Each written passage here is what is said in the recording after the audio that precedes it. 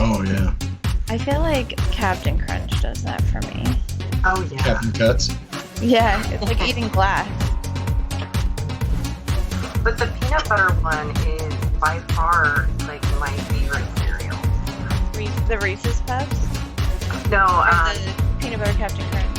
peanut butter Captain Crunch. So Reese's Puffs are pretty delicious though. Reese's Puffs are my absolute favorite, but I was poor growing up.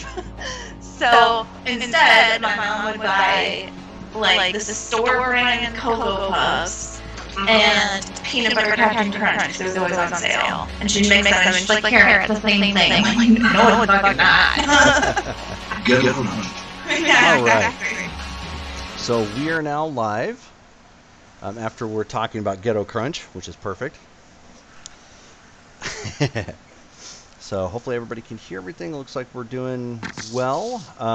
So we've changed formats. We are not using Roll20, obviously. We are using Skype, which seems to be working out much, much better. Or so I hope. If there's any like latency or something, if folks can just let us know in the chat, or if it doesn't look or sound quite right, would be much appreciated. So obviously we're without Eric, so our white-haired Locke will not be with us tonight. So he got called away for family duty. So his mother and sister are doing something with him at this point in time. And I have a cat behind me. Hello. Hello. She decided to jump up and say what the hell is going on. And then, as you know, for those of you who might be watching, we made the next tier for Twitch. So we are now affiliates. Yay. So there's obviously some extra bonus stuff that you have in there if you're a subscriber. It'll give you some neat little icons and some emotes that you can use, and so on and so forth, which you can use your Twitch Prime to subscribe, or you can just subscribe directly if you happen to have Amazon Prime, which links to Twitch Prime. So last we left off with the ball-crunching, earth-shattering, fighting capability, and revelation that certain folks now know that poor Rusty happens to be traveling with them. Pretty much. So that has been exposed, and we are now on a time limit of 2 days in order to get to the bottom of what's going on and find a way to get around this. So it is, since all of that happened late at night, exactly next day, we're looking at probably 8 in the morning-ish. So currently, Jill is not here. Jill had taken the car into town, and she's running some errands. Obviously, Locke is not here, so Locke has taken his vehicle and bebopped on out of there to... he has a bike, I believe. And I think everything else should still be the same. Syntax is still here, having already brought over some of her clothing and packed it away in the room that her and Rusty are currently sharing. Dane is still in the garage and recovering. And Mac, for sake of argument, I think what we'll say is, I mean, obviously you have plenty of room to stay at the nomadic camp that you guys have set up, but you were heading over first thing in the morning to discuss this problem that's kind of fallen in everybody's lap. And plus, you still have that lead, sort of, on the 2 missing nomads. Mm-hmm. That I've yet to get an update from Syntax yet. Correct. But that all a lot of everything that happened just happened last night. So there was a whole lot to decompress. So I will let the rest of you take it from here, knowing what you know. So I'm just getting there from the camp. Yes. So it's about 8 in the morning. You're just now rolling up. and that there is a knock at the door. Missy Syntax has already been up in the morning. She is, um, and has been. She's been coming to bed late since all this is happening, and has been very worried and stressed about what's been going on. So she's still currently working on something for somebody. Okay. Um, you said the door's ringing? Well, the door is being knocked on. Yes, Okay. there's a knock, knock, knock at Evan's door. I'm gonna go answer the door. Okay, so I mean, you see, it's Mac. Oh, hi, Mac. Hello. I'm gonna go and let him in Okay. and check on Syntax. I'm gonna come up and rub her shoulders a little bit and, hey, Sen, how are you doing? Uh, you can tell just by touching her from the moment, like she was very stiff and rigid. She's been very stressed, and the moment you start rubbing her shoulders a little bit, she relaxes just a touch and pulls the visor up from her um, basically mobile cyber suit that has not only her a measure of armor to it, but it also contains all of her um, all of her computer and cyberware for the things she's normally working on. But she has a separate monitor for certain things so she can multitask. But she pulls the visor, up off her head, and she's, kind of rubs her fingers to her nose, and she says, I'm stressed. I think I've been up all night. I'm super sorry. You don't have anything to be sorry for. I could tell you're kind of stressed because your shoulders are hard as rock. But, I wanted to let you know Mac's here. Okay, I'm.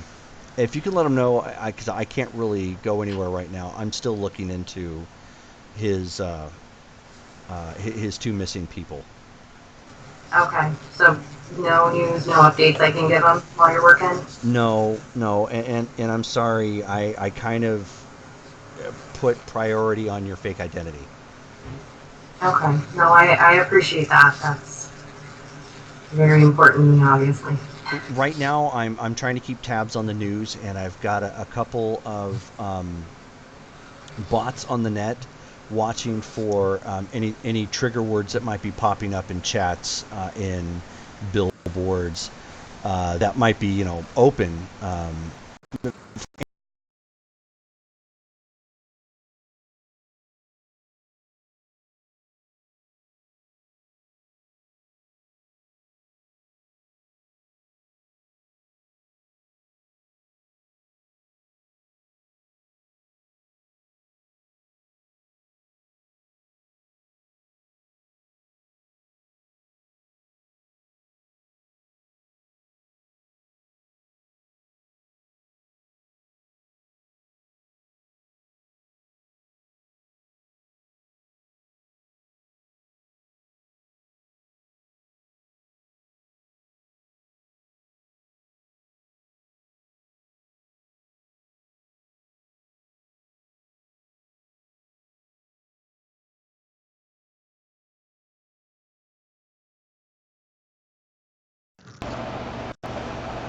Okay, so I am back. Don't know what happened there. Can you guys all hear me okay? Yeah, fix your mic. Oh, Sound like you're talking in a tunnel. yeah. Settings defaulted to the microphone. So,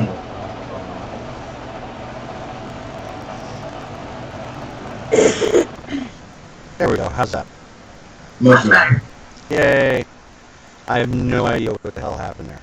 I just looked up and everything on the chat had frozen, and I'm sitting here talking to nobody. So, and man, hold on one second. It did something to the scene as well.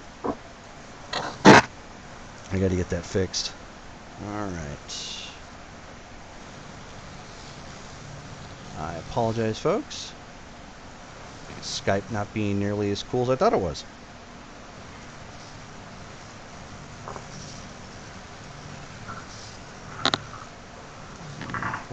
down just a touch, and it should be good. So let me transition and fix my face. There we go. Oi. Sorry about that. So where did I cut off at? You were just getting into telling us that you have some bots on the net looking for keywords and... Gotcha. Okay. So she, what she explains is she's got some, she has some programs running that's watching for any keywords that would trigger for news of that gang that's been hired essentially to try and find you. And that was the Forsaken. Forsaken. Yes. Okay. Well, is there anything I can do for you?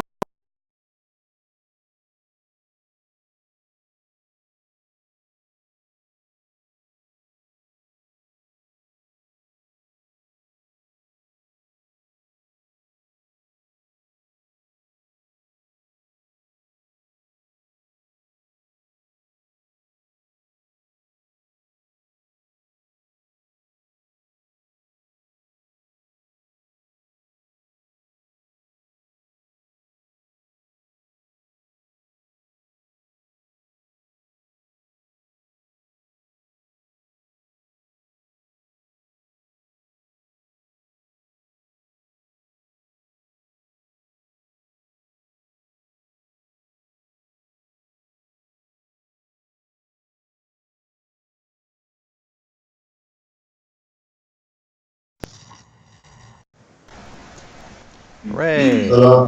Hey. We got kicked again. Fun.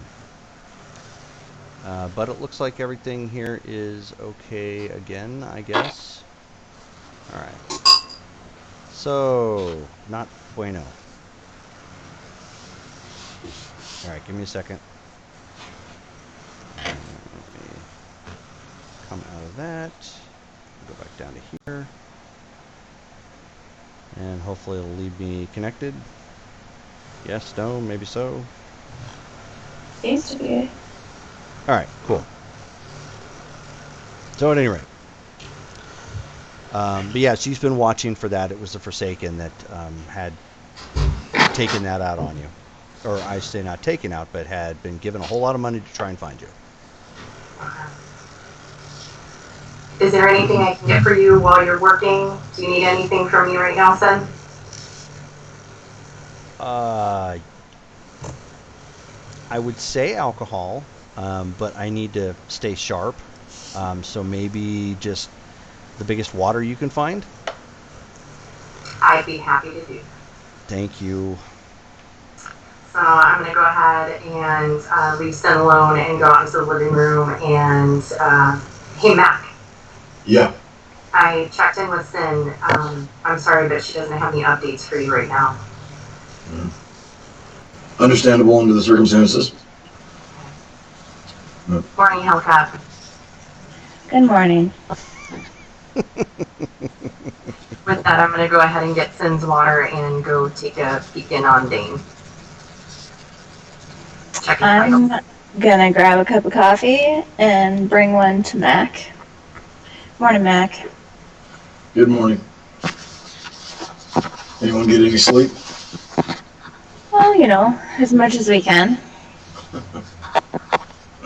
How about you? How was the ride over? Nothing too crazy this early in the morning. Always good.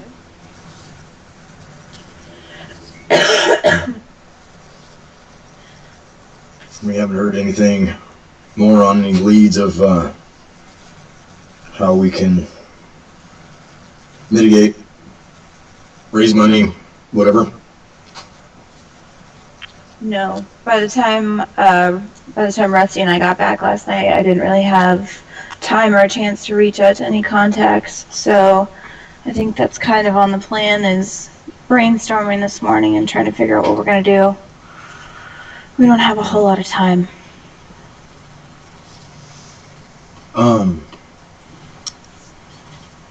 Do I have the opportunity or the availability with my family to be able to see, give a call to somebody and see if they happen to have seen anything, heard anything with you know, my nomadic tribe has got to have a little dabblings here, there, everywhere to one degree or another.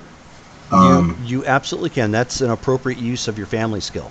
So you're going to Okay. want to use, since you're making a call in, you're going to want to use your empathy, and you're going to Okay. want to use that family skill. Okay.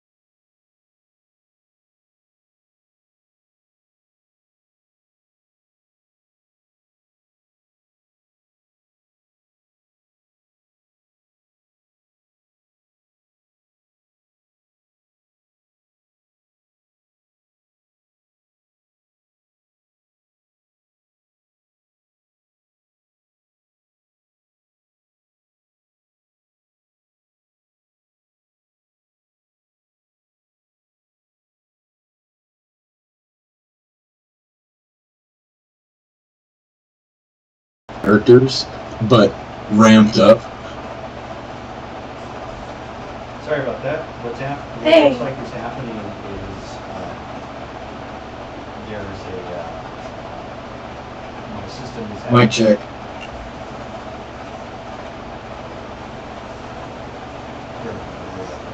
So what's happening looks like is my system is having a problem processing information coming from Skype, and then I get to the point where I start to lag.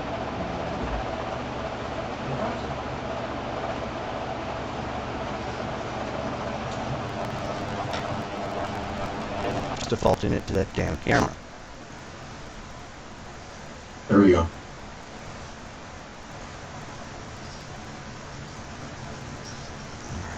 Advanced.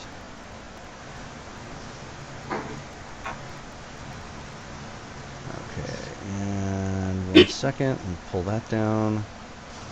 Don't need that.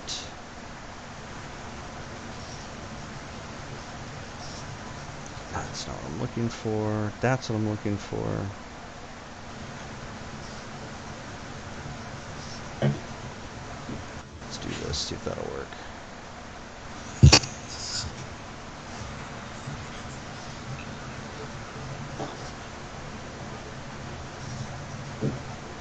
Appreciate everybody's patience. Sorry. It happens. Now, where the heck am I? Hello, all the Twitch peeps. So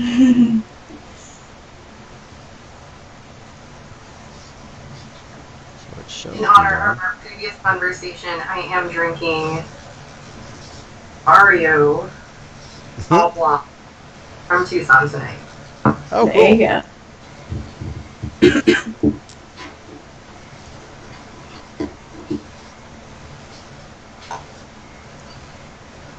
Crystal Light with energy.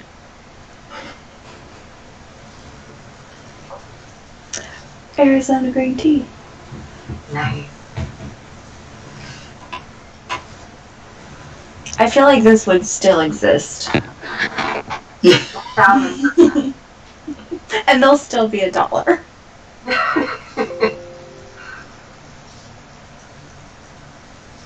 Alright, 1 second. I'm gonna re-add me. I feel like there would be like injectable Arizona iced teas though, because like some of those gel packs that you get when you're like for runs and stuff that have the energy and the hydration and the electrolytes in it, but it's just the Arizona tea. Yeah.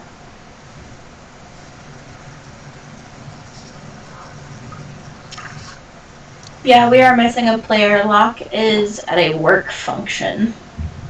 Is Family. not doing more drugs. Something like that.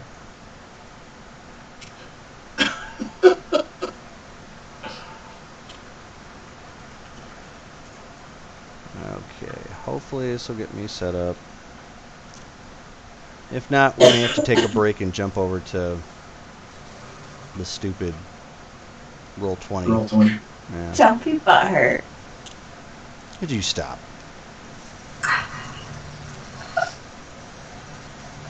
Alright. No? Where am I? That's not where I wanted that. So when Locke gets back, he's be like, "What happened?" "Oh, nothing much. We had about a 3-hour stint of shit talk on you." Pretty much?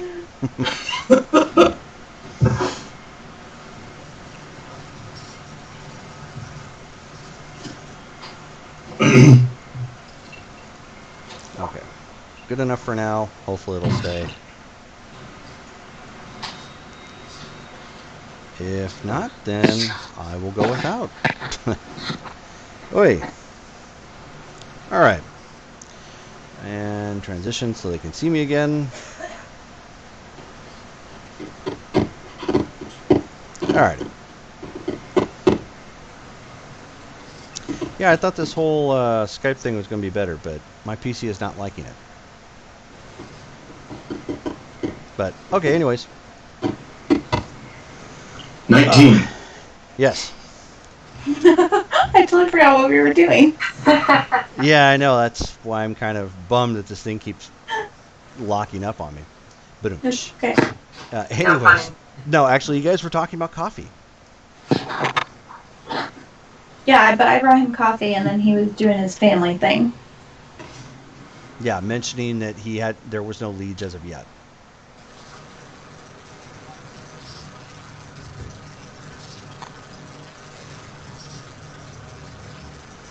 And I was just waiting on my family ties. Yes. So, what did you end up rolling? 19. 19. Okay. Because yeah, that's where it kind of locked up on me. Yeah. Yeah. You're like, and Yep. Freeze. So, your family comes back. They haven't heard a whole lot, given the circumstance. They have a rumor has now kind of floated around that a large chunk of cash has come into the area looking for somebody named Rusty. No one really knows what it is. They did I should say when they were at the some of the guys were at the Silver Spur, they did overhear of others being approached. Nobody came to them because, dirty nomads. But they have heard of others being approached, but they were the only ones that actually took it up. so my crew took it up? No. Oh. Who took it up? The Forsaken. Oh, the Forsaken. Yeah, the Forsaken did. Okay. Well, that's a little bit better information, I guess, out of all the possibilities. Mm-hmm. Okay. Do me a favor. Let me know if you guys hear anything else. Yeah, if this is if this is a priority for you, like you need to know, then they'll keep their ear out. Yes, please. And I've got my ears open for our 2 family members that are still missing. Haven't heard any leads yet, but it has only been about 12 hours. And if I hear anything about that, then I'll let you guys know too. Mm-hmm. Okay. They have their own. Obviously, there's other people from the gang or clan, Right. Roaming about the city trying to get information on it, but since they don't really know where to look. it's been really slow going. Right. They have told you, though, that the Razor's Edge have been acting a little bit more agitated lately. Like their gang members seem more ready for a fight. That's the ones directly to the north of us over the freeway? No, that's Knight's Call. Nice call. The Razor's Edge are the largest gang in the town, and they take up a They're in large like south. Tempe. Yeah, for you, for visual wise, they are directly east of you, past a mountain range. Small, if you could call it a mountain range, but they take up a good chunk of the southeastern portion of Phoenix. Oh, okay. Just kind of southwest-ish of the tent city. Yes. Okay. All right. Well, that's not good in anyone's realm. Hopefully we stay on their good side.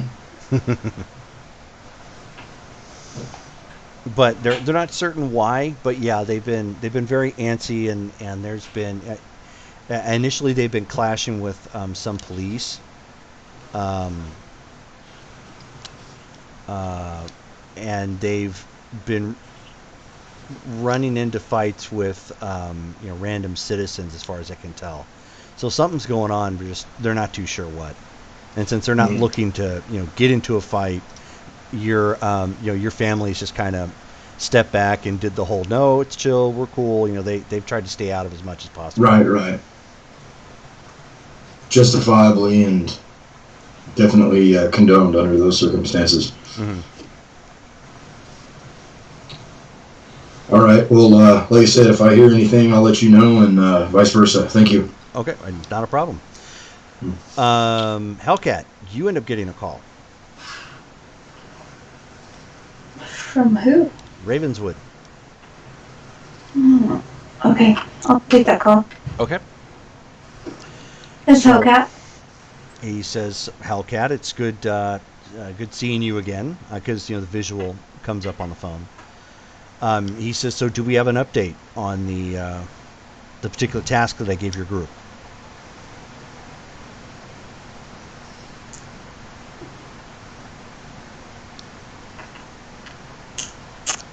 Nothing that I feel comfortable discussing over the phone. So do we need to have a meet, a face-to-face? I think it's time that we do that. How well do you trust the others? Well, All right. and you know me, I don't trust anyone.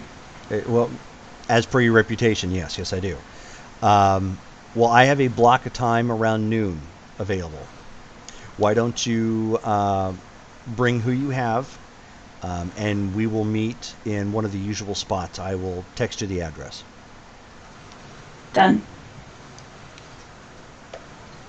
And in the meantime, hopefully you can give me some sort of an update, because I've had some disturbing news cross my desk, and I'm hoping to scratch that off if I can. I look forward to discussing things with you later. Very well. And so he hangs up. So I'm going to motion for Mac to come with me, and I'm going to head into the garage where Rusty and Dane are. Okay. Um, Before you continue real quick, Hellcat, Rusty, he is still improving. You are going to need parts to fix some of his cybernetics, but otherwise, it looks like he's going to make a full recovery. Okay, good. I'm going to make a list of those parts and give it to Syntax. I'm just going to text it to her so I don't bother her. Sure. Okay. And so Mac and Hellcat come walking into the garage. Dane kind of sits up. He has a while you guys were out, Jill ended up getting him one of those nice old husband pillows that kind of sit upright, so he can just kind of sit upright in the bed right now. Got some news. Okay. hey, Looks like Razor's Edge is on edge, no pun intended. they've been attacking citizens. A few of my clan were confronted, yet luckily not abducted or injured in any way. But they don't know what's going on, and I've got them in our various points of contacts to looking out for any information we can for you, Rusty. Thank you. I appreciate it. So can somebody, and this is Dane, can somebody fill me in on what's going on? Why is everybody looking for Rusty?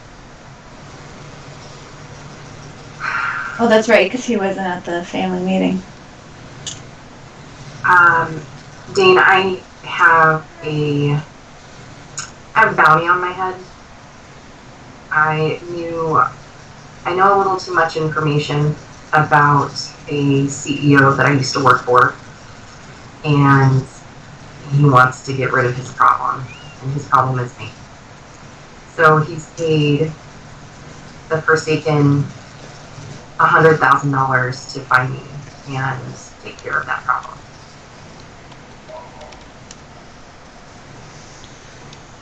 Unfortunately, the Forsaken have been informed that I am working with a contact of theirs. Oh, shit.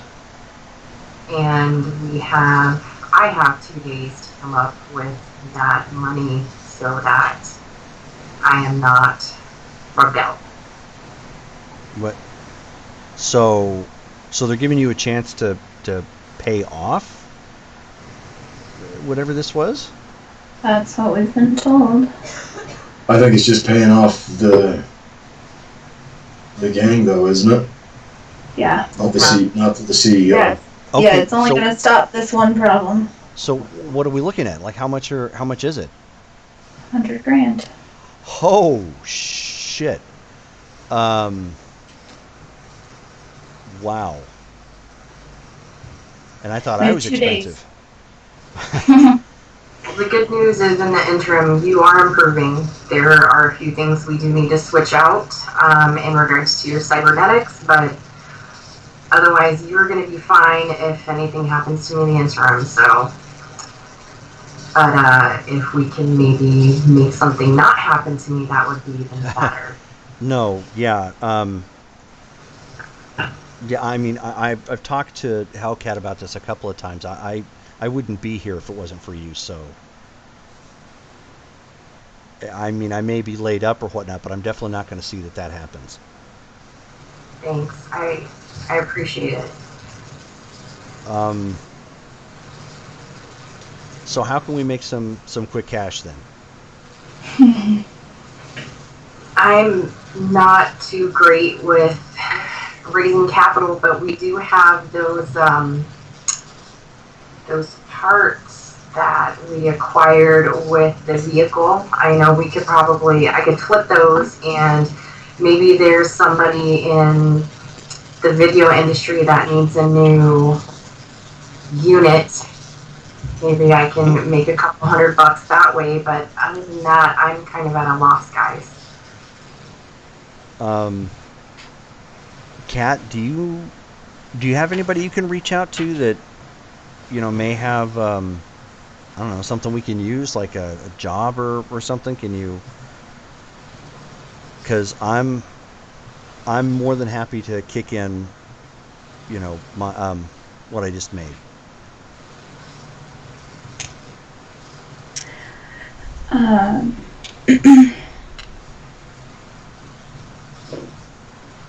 Yeah, I can hit up a couple of my contacts and see what I can do.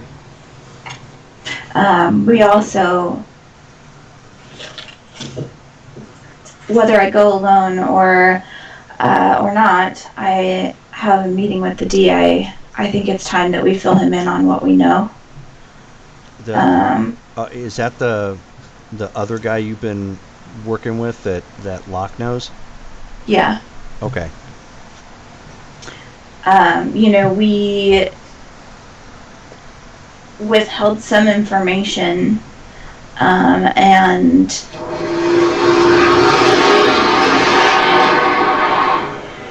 things just keep getting worse and worse. So Like that engine. Ooh. yeah, that was crazy. That was outside my house, and I live in a 25-mile-an-hour zone. I was like, whoa, what is that? Wow. Yeah. But yeah, I just, you know, we thought we might have more answers, and we don't have more answers. We've only come up with more questions, and at this point, if we're going to continue any kind of investigation into this,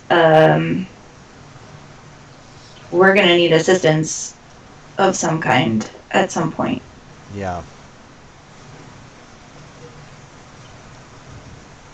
All right. Do you- Well, What experience do I have with the police? What does my clan have? somewhat antagonistic. Because- Not out of pure desire to do so.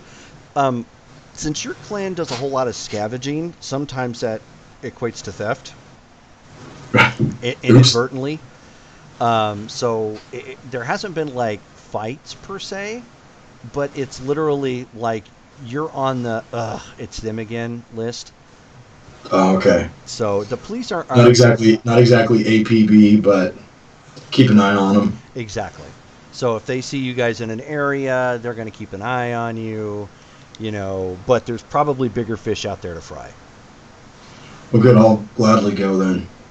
Perhaps with some of this, maybe I can pad our relationship, considering the fact that I can speak for my clan. That could work. Yeah, I mean, it would help that you come anyway because you can better speak for the vagrants too. Oh, right. The tent city thing, right? Yeah, I mean, that's what he sent us out for, and Yeah. we've had to put that on hold, so. Mm-hmm. Well, they're pretty much almost, fairly close to a nomad clan themselves now. Yeah. I'm not like the planning type, at least not along these realm, quite like Cat is. But Rusty, why don't you go with them as well? Yeah,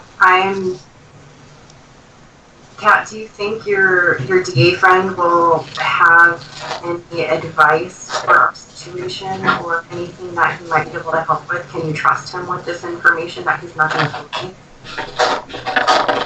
So, I don't know. I think that's going to be kind of dependent on you because if we come to him about your problem specifically, I don't know how much of a generalized explanation he's going to accept, and if he wants to know why, are you willing to tell him that? I mean, at this point, I have 2 days and not much else to lose other than you guys and Syntax, so. That's kind of why I was thinking that. And at the same token, he's the only guy, and I know Kat can vouch for this, he's the only guy that I've heard of that has a decent rep in any area of the government here. He does. Okay. I mean, we're on a short stick, and we're going to have to make up 50,000 fast. So the sooner we come clean with him about what's going on, I think that's going to be better because he clearly hasn't, from what I can tell, hasn't turned on anybody, and he's willingly working with Kat and Locke. I mean, there are worse bets. Yeah, I mean, he's a good guy. He did a lot for me, and I owe him for that. Okay. I'm in then. So that's at noon. So we'll need to leave here, I would say, as soon as he lets me know what location we're going to. Okay, I'll get ready. Very well. As Holiday Road starts playing in the background.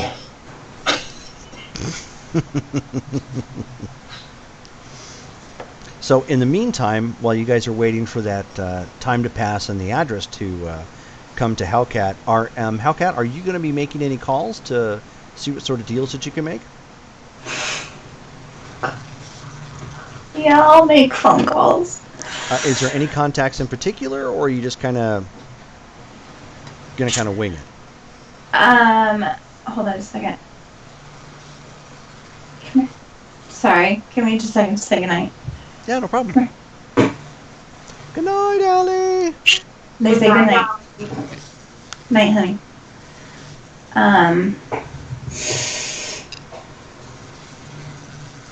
The obligatory aww. Exactly. Duh. Okay, so I will make some generalized phone calls, about the Release a dog from the boys' room. about the enhancement perks that we got. Okay. From clients that I know might be interested. So those will be general calls that can get made. And then I'll call Rex. And you'll call. So, what are you going to call Rex for specifically? Just work? Just see if he's got something. Sure. Okay, that'll work. All right. 1 second.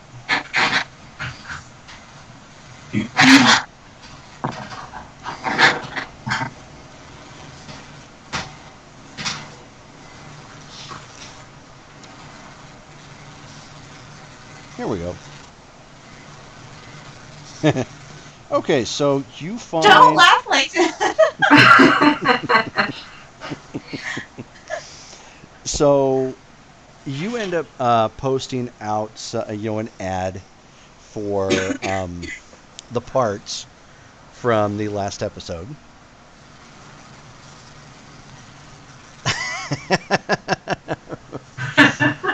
Yeah, Doomblade is really hoping Locke winds up in a pile of empty booze bottles and synth coke all over his lips. Me too. Where's that Samo flange? Exactly, with a Samo flange in hand. But you end up finding a buyer for the quote unquote parts.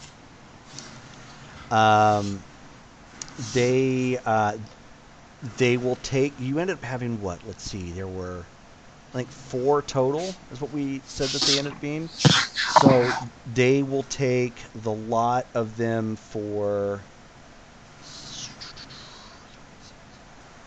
1,000. Really? You would know that they retail out of the box for 300 a pop.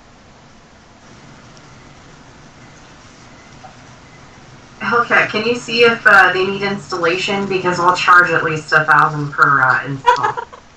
Wow. I'll message back with that offer. Okay. So, let's take a look. This episode could turn dark real quick. Rusty's got some side business to do. I know, yeah. She's gonna be working all night. I'm gonna install some peen and some Vagine. Yeah. Well, I'm technically speaking, I mean, that is something that a medtech does do. Often at times they'll set up a side shop somewhere and do installation of, cyberware or even sell some, to make a quick buck. So, I mean, that's not unheard of. Yeah. So they ask how much. And specifically, is the dock clean? All right back. Yes, very reputable. $1,000 cash install. Only need 2 installed. Is that okay? That's fine. Okay. So that's what, 3? It says, give us the address. Oh, shit. We'll come see you. Yeah, we'll bring a mobile unit. Oh. No Okay. pun intended. Yeah. I So guess pun intended. 'Cause Yeah, it's I a know. So they give you an address. As the song "Detachable Penis" comes on the radio. I know. Yeah. I'm That was a gonna heck of a message song. them that I will contact them with the time 2 hours prior to when we're gonna be there. Okay. Deal. Okay. So that got us what, 3,000? Yes. And how much did we already have? You already had 50. So Okay. you're at 53,000. Once this task gets done, of course. Yeah.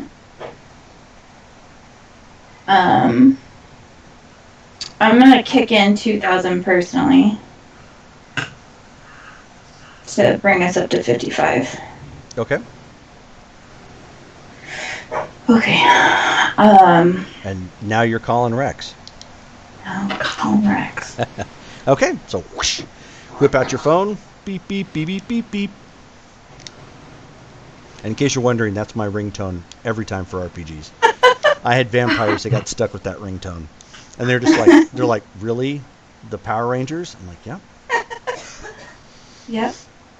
So he, pulls up the phone and he sees you and he's like, Hellcat. Twice in a week. This is becoming uncommon. Well, I mean, you're aware of what's going on in my life. And things have gotten slightly more complicated. And I need some quick money.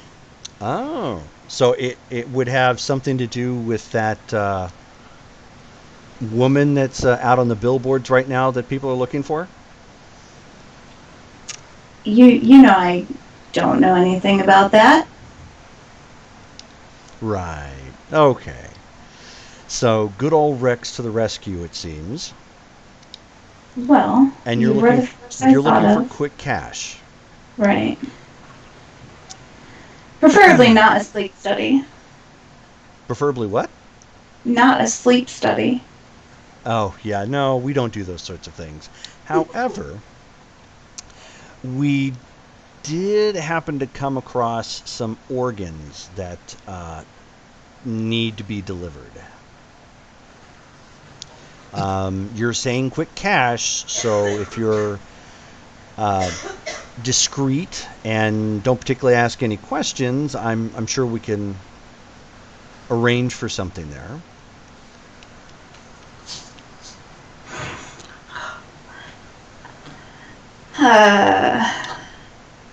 What's the job? I know. We don't. I know. We don't usually do this sort of thing. Drugs are No. our thing.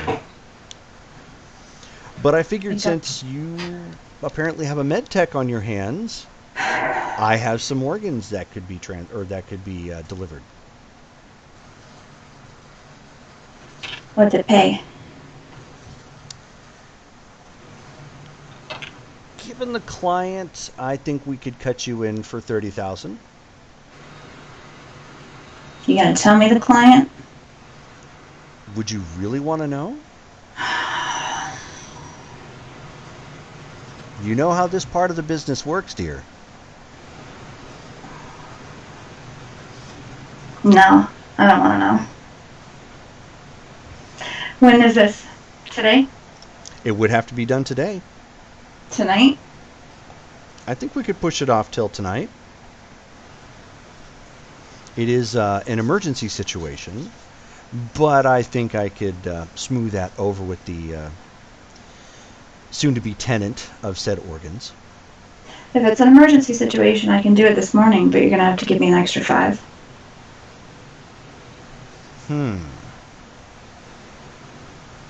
I know You say the word and I'm out the door.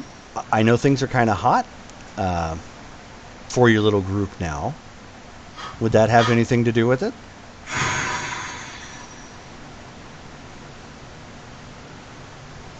Is it a deal or not?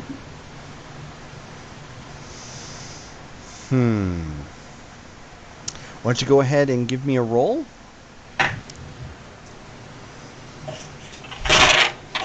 For what? You're looking to do fast talk? at this point, Okay. and that's going to fall under empathy.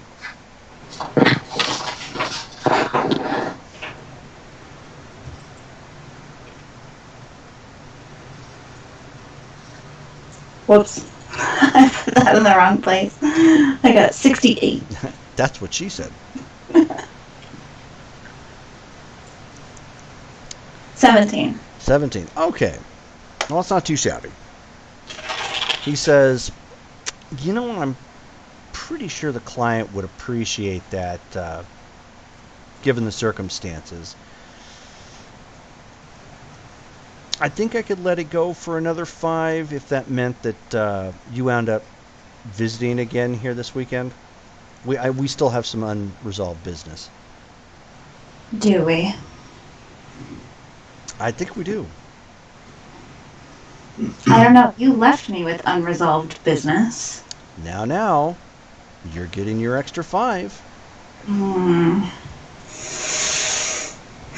I mean, if you want us to go to somebody else, we can. It just happens. No. Stop it. Okay. All right. So you're in? Give me about 30 minutes and I'll be out the door to you. All right. I will text you the address then. All right. See you later. Bring a crew. Yeah, I will. Toodles. Bye. And he hangs up. Fuck. All right, folks. We have a field trip. Who's ready for a field trip? What kind of field trip are we going on there, Kat? Well, we're sitting at 55,000 right now. We've got installs to do later, and I can take you out for that later. But right now, I got a side job for a little delivery. I'm not sure what that's going to entail, but it may as well tell you we're going to be delivering organs.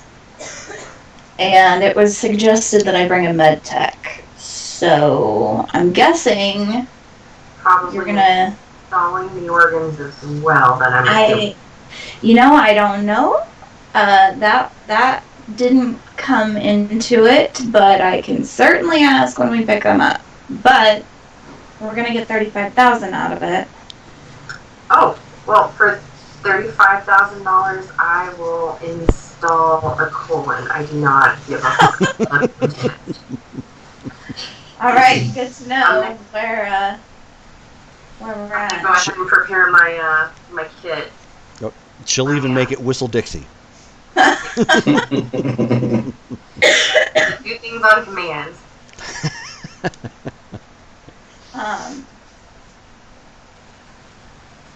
Okay.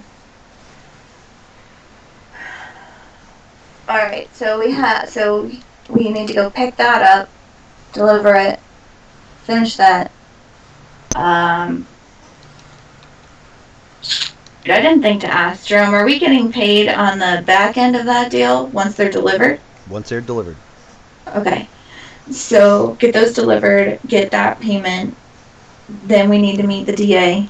Mm-hmm. And then, sorry, I'm just talking to the group, just going over our day. Mm-hmm. We'll meet with the DA, and then break for dinner, and then Rusty and I have installs to go take care of. Yep. Got any more of that coffee? Because it sounds like a pretty long day. There's half a pot in the kitchen. All right.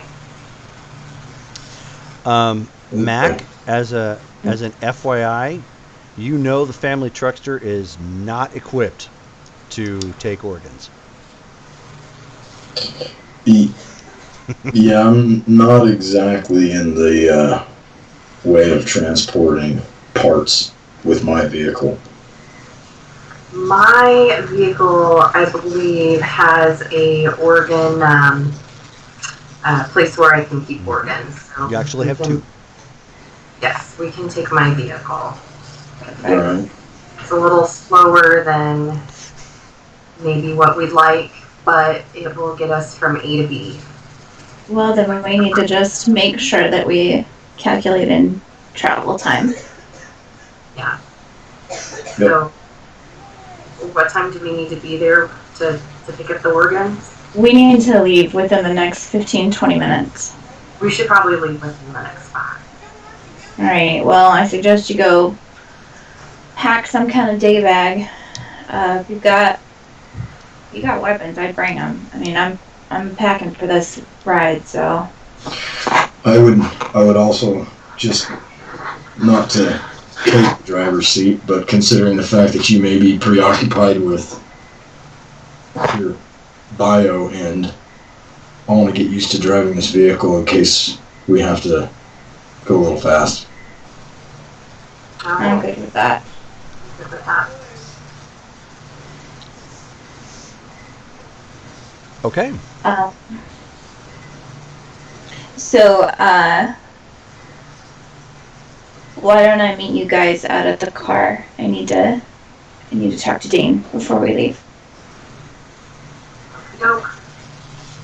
I'm gonna go ahead and get my stuff and get ready for myself some coffee and meet you out at the car then. Okay. Yep. Same. Grab all my gear. Happens to be get in my car and grab a roll of baling wire and maybe some duct tape and head on over to the car. Okay. So I turned to Dane and kind of had the same look on my face like I did before I went out the last time I did a deal. It's another one of those deals, isn't it? Yeah, I don't know how much I'll be around this weekend. Okay. I But- mean, you got to do what you got to do, right? I mean, you know, it brings an extra. And if it keeps somebody alive, kept you alive. It did. Okay. But I told you that I would be upfront with you, so I know. I'm just letting you know. I know, and I'm trying to be as understanding as I can. I know. Is there anything I can do, like in the meantime, from here? Well, we're 10 grand short, so start playing video poker, I guess. Yeah, gambler, I am not. Good, because I'd have to hurt you if you lost any more money. Well, it's like what you said. It's going to a good cause, right? Is I mean, I do really feel like I owe her. I mean, I wouldn't be here if she didn't fall into your lap and you make that acquaintance. So let's see what we can do about getting her in the clear. I was going to tell you though, for my time in K&R, one of the first things we did was proof of life. It's the most important aspect of our job is when you're dealing with that individual, whoever's holding the hostage, you keep asking for proof of life. You keep making them pull that out. When you're dealing with the DA, I mean, I know we seem to like him. See if you can get him to tip his hand some. Yeah, I have a feeling he'll be more likely to help in this case now that it's down to a more manageable amount, and that was kind of the goal. I'm hoping that can come from that conversation so that those installs later are just the last bit we need and we can try and get in contact. I wasn't too worried about that. I'm just, my mind is going over what's going on, and I can't help but think that bullshit that was going on at the hospital with that kid and the weirdness behind the Reconquista LLC and that lab getting scrubbed as quickly as it did, I can't help but think that a lot of our problems that we're dealing with right now are interconnected somehow. No, I agree with that. I can't figure out where it's coming from. I mean, I'll see if I can poke syntax and maybe figure something out or something. But I know she seems to be swamped. She's been kind of stuck in her room the whole time. So are you saying that you think the DA is involved in this? I don't think the DA is involved in it. I think maybe he picked up on something we didn't pick up on, and that's why he's on the hunt. Yeah. Well, and I'm sure that he is privy to more information than we are, which is why I think it's just high time that we have this meeting and let him know what we've actually found out. Okay. It's just, it's a challenge when you have people that haven't worked with him, and it's such a, No. No, it's just I odd. It's just odd to me to have worked the case before I got the case. You know? Yeah, and that's why I think a lot of this is interconnected. I mean, I don't know to what extent, but and when you go away this weekend, can you call me, at least let me know you're okay? If I can get to my phone, I will. Or at least let me know when you got there, okay? I can do that. Okay. Yeah, prior to them taking... Just try not to think about it, okay? No. I'm trying not to, but just it keeps. Jill disappeared after leaving there, and knowing that you're going back again, it just kind of sets the hairs in the back of my neck up a little bit. I'm sorry. It's fine. I understand. But I've gotten out alive each time prior, so that's something. I think the others are waiting on you at this point. So. Yeah. I gotta run. I got goods to deliver. So keep thinking. I mean, I know that's about all you can really do, and I'm sorry, but it helps. So. I'll see what we can come up with. All right. Try and stay rested, and I'll see you later. Okay. Drive safe. Thanks. All right, I'm gonna go grab what gear I have in my backpack and head back out to the car. Okay. So you guys head back out to the Rusty Family Special. Mac, I know you want to learn to drive the car, and I'm happy to let you drive on the way back, but I can guarantee you will have an easier time getting in the gate if I drive. Okay. So I'm gonna drive us out there. Yeah. So I'll drive us out there. Okay. Give me a reflex and the drive, and then a D10.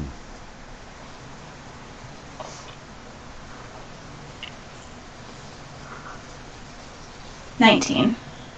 Okay, cool. Okay, so it takes a couple tries, but you end up getting onto the road. Once you're inside of it, since this is the first time I think it's the second time you've been inside of a car. But you guys can tell that the sides are more sturdy and thicker, meaning that there must be some like armored plating or something along the sides. And the windows themselves are very clearly bulletproof. They've got a beefy little car. Yes. It of course has seen much finer days. There's half a dozen primer spots on the outside. Derek, the seat that you're sitting in right now has a spring that's kind of goosing you. So in addition to probably some engine and body work, the interior is going to need some help too. The back seat itself is kind of sunken in, like an old couch in a sense, where it's just, the support from the cushioning is not quite all there anymore, and it's probably where somebody, exactly, yeah, as Brittany said, a feature, not a bug. Where the perhaps this is the back seat's been used plenty of times. Could have been like used as a sleeper or something. So Something. it's the inside of it has definitely seen better days. Don't judge me. It's gonna get us and these organs from point A to point B. So And you do actually see the on either side there's boxes about, I don't know if you can really see my hands, about like yay big or so, enough to fit a good sized organ in them, and they have some coolness coming off of them, so they stay refrigerated with the vehicle. As you guys come rolling up to the Knight's Call, I don't want to say campground, but their base of operations, which is an old shopping center back from Phoenix's heyday. The buildings, for the most part, are relatively intact or patched up enough that they're not quite as in disrepair. It looks like one of the buildings at one point in time was probably an old Costco or a Sam's Club or something. So it's got that, that real beefy looking, bricked up building sort of look to it. That could probably perfect for withstanding the end of the world. Nice call. Exactly. These are my neighbors. Yes, Yeah. these are your neighbors. And as you come rolling up to the front, one of the one of the guards comes walking up and raps on the window. He's got kind of he's got like a thick looking suit catcher, on his chin.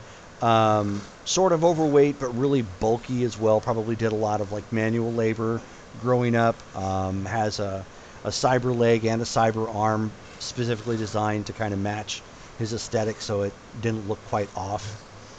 He's like, Hellcat, you're back again, huh? Hello, hello. And you brought some friends. I did. So he kind of peeks into the car. He says, all right, everybody, I need you to get out. Do you really need us to get out? You know the rules. Alright, everybody get out. I'm not risking my head just because we kind of like you around here. Yeah. Alright, so I'll get out. Fall suit. Okay. And I already know, so I have my weapons ready to turn in. Okay. So he's just like, that's a girl. Just takes your weapons. He wraps a tag on each of them. Basically the equivalent of Comic-Con checking, for firearms and weapons. He gets a zip tie sort of thing, and he takes all the weapons that you have on you, and they do pat you guys down. One guy gets a little cheeky with Rusty and double checks her backside. So cheeky in the proverbial sense. Exactly. You can never be too sure. You can never. One of those buttocks could actually be hollow, and they could have been sneaking in explosives or something. Who knows? what are you looking for anyway? Weapons. Weapons. All right. So So now that we've been... Does anybody recognize me, or do I recognize anybody? no, Okay. no, nothing. So I now... know I'm not. I might only recognize a couple people, if that, or maybe a handful, but okay. So now that we've turned in everything and got pat down, I'll get back in the car so we can drive around to, over by Rex's.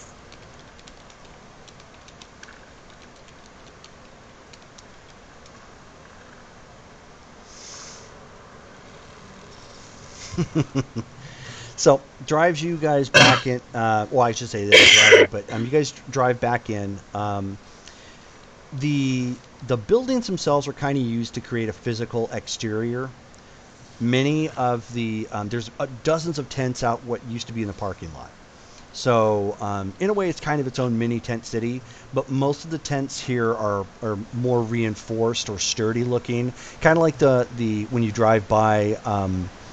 Like little Mexican restaurants where they have like a food truck and then set up, the tarps, and they've got chairs. So it's a little bit more than just some cloth over a stick sort of thing. And they've got a couple fire pits out in the middle. The building you guys are going to is probably an old department store of some kind.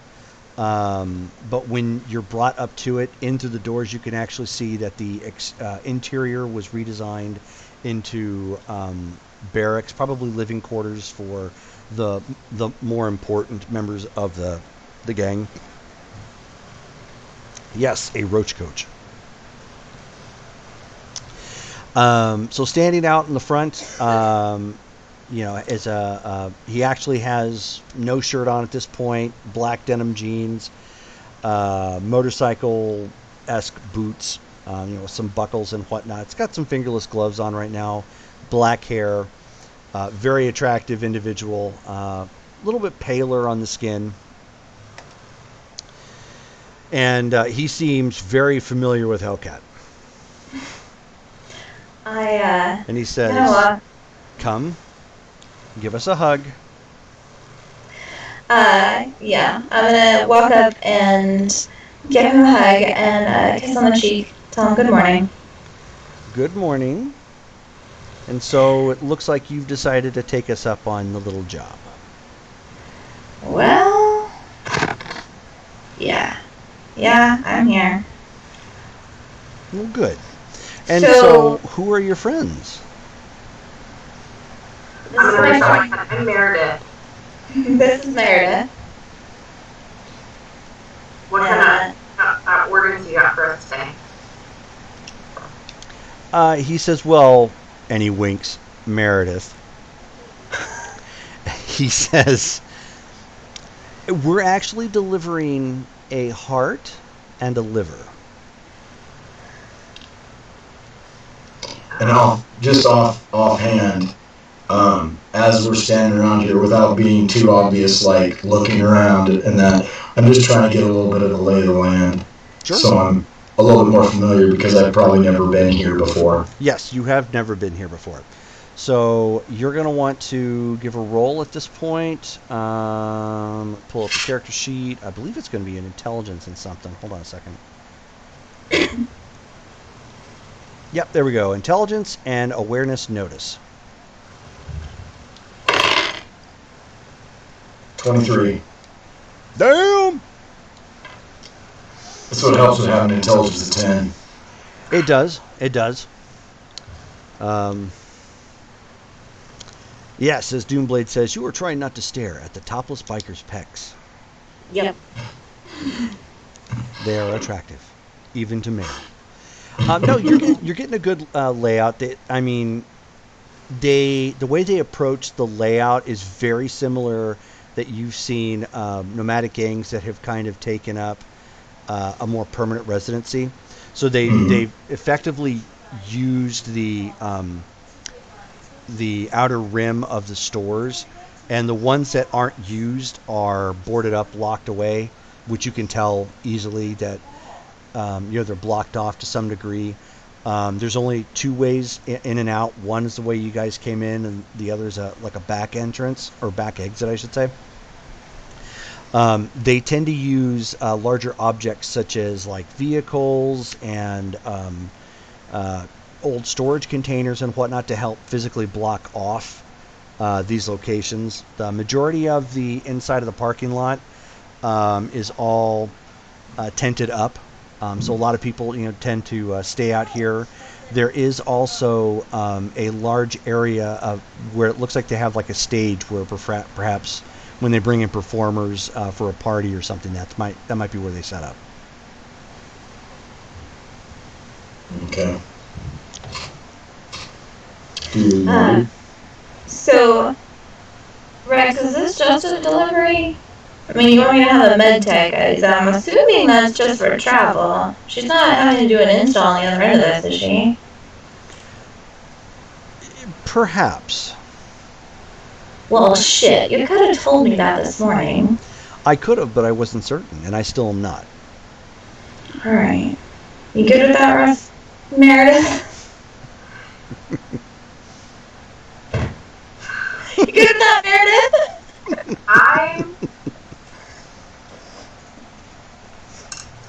Out of character, would the kit that I have sufficient supplies to do that type of organ transplant?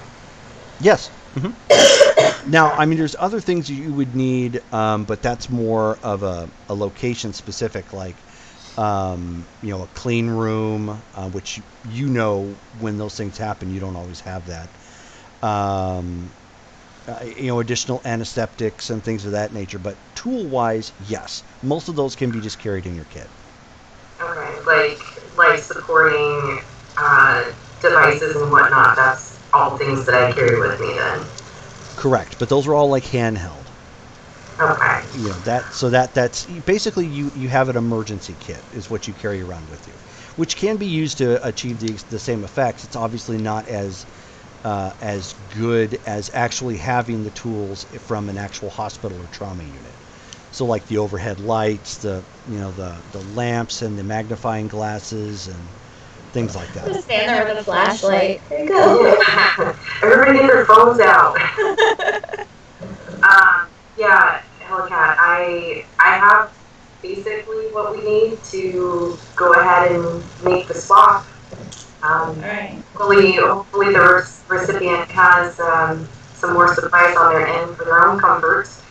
However, I think we're ready to go. Alright, Rex, you better load it up. If they're waiting for this, we should get going. And while you two were talking, Rex was kind of walking around Rusty. I'm gonna... Meredith is gonna just follow him with her eyes until he... Is he scoping her out like, hey, how you doing? Or... Yeah. That's a good question. It could be that. It could Because I would take it. I'm standing right there pretty much with them. Mm-hmm. Is there anything else you need from me, Rex? Such an open-ended question. Don't ask him those questions. Hellcat, stop trying to dissuade the young woman. Hey, you know what? She doesn't need your kind of trouble. You think I'm trouble? We are going to have a long talk this weekend. You know, we have access to some Mr. Stud units if you need. He doesn't need it. He's Okay. like, yes, I listen to the thought- woman. That is not something we actually need. That's not a problem. Okay. I mean, I just wanted to put it out there in case. Oh, you can Maybe put it that out there you're- if you want. There's no shame in that. Yeah. I go ahead and put my. Okay, ready to go? Just stand behind me. You'll be fine. I won't let the big bad man get you.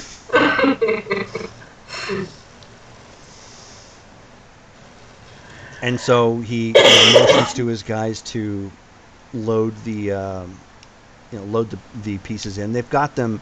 Looks like they had them on ice. So that they've got the appropriate sealable bags, and they apparently you just made somebody spit their drink. Spit take.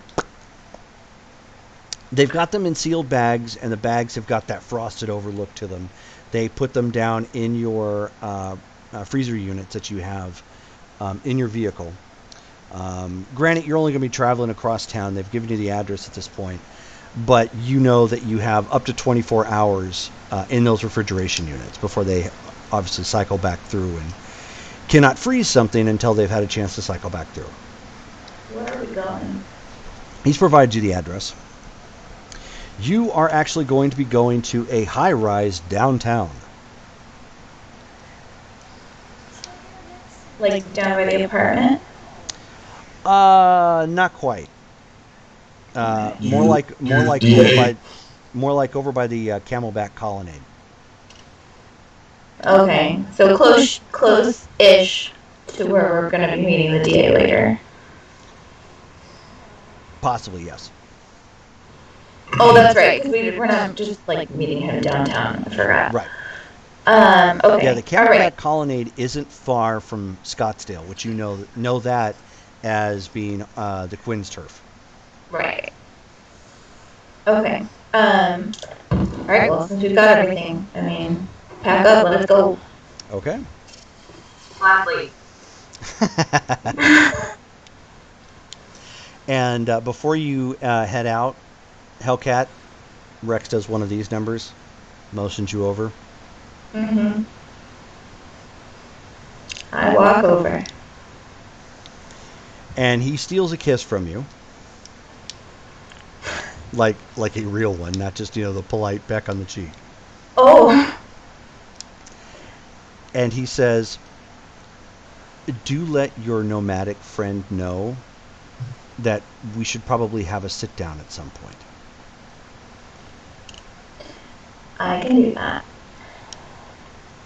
Oh, and invite your other friend for this weekend. What other friend? You don't have any other friends that are in the vehicle? Nope. You are very cold. So it's the one you call Meredith. I figure if you invite her along as well, collectively you'll probably have enough stamina to last the weekend. I'll bring her this weekend for an extra 10 grand. Oh, you would like to be paid for I'll consider that.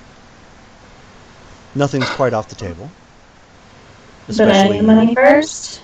But I need it first. Acting as a pimp now as well. Impressive. Impressive. I figure if it's to save her life, she can work for it.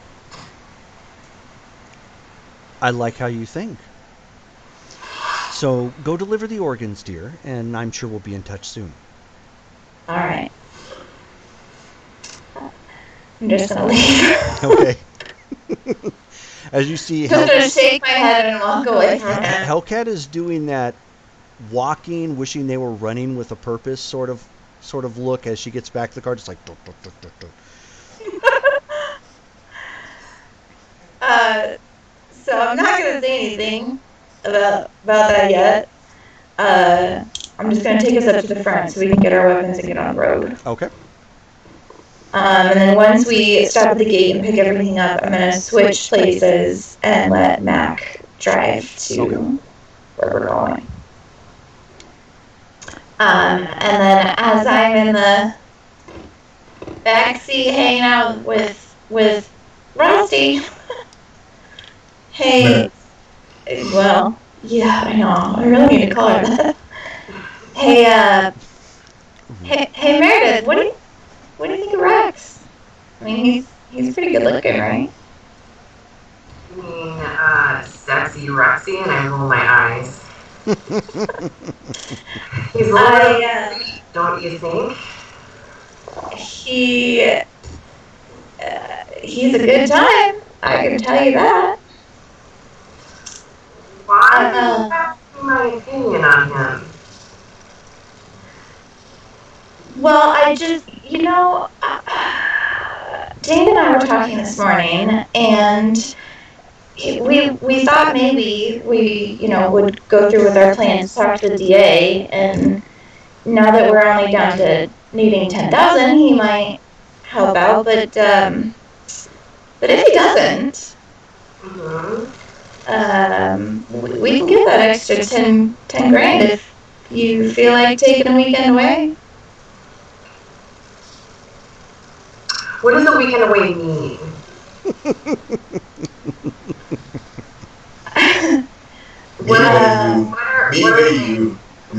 Whatever. Am I to assume that I'm gonna do things on my weekend away with Rex? Yeah, but maybe not just Rex. Oh, this is a party situation. This is a we could get 10 grand for having a fun weekend situation. I don't know how.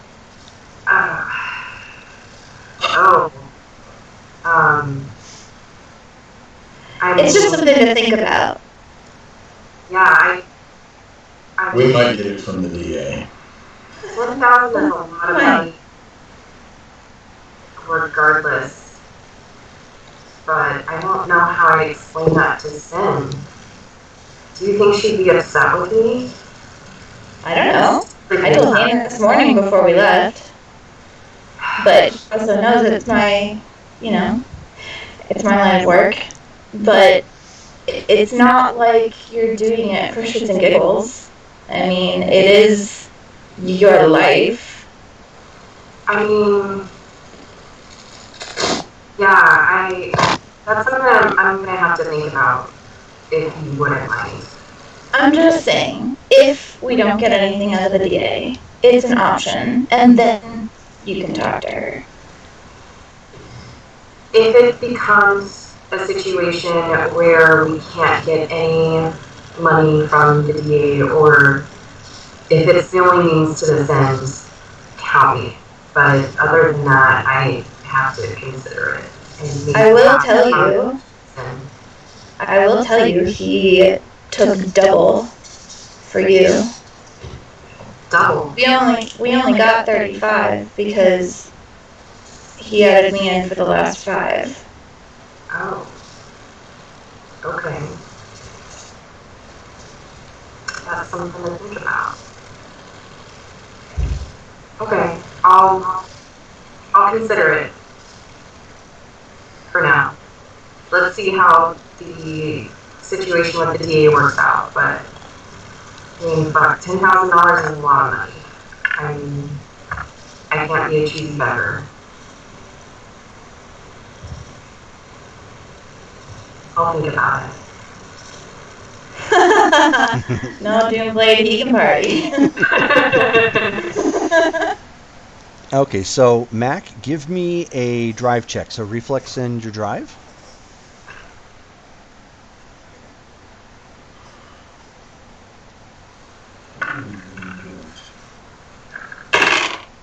$18. 18. Okay. So as you guys have you started to have this conversation when you switched drivers and you've pulled back out onto the freeway. The 10 at this point heading towards downtown, which then from there you'll head north. As you are driving down the freeway, the vehicle lurches hard to the right for some reason. And you end up seeing that there's like a lot of white smoke coming up from underneath the hood. Oh boy.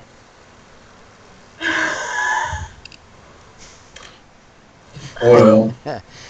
As it ends up creeping to a stop.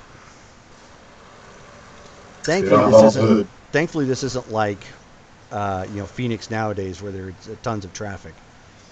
Right. Jump out, pop the hood. Okay. Take a look at it. So it's like an immediate burst of a smoke signal, just kind of, billowing up out from under there. Mm-hmm. One thing you can tell that your trick that you did like 2 weeks ago, it's no longer in place. So. Yeah. Looking at it, do I think that I might be able to rig something else? You could certainly try. You got duct tape. Yep, you have what you in particular need to jerry rig something. Well, my grandfather was some dude named MacGyver. And where is it? Come on, 10. 10. Wow. Okay. So yeah, So- I mean, at about this time, Rusty, when that 22, happens, yeah. she's like hiding her face, just knowingly. Good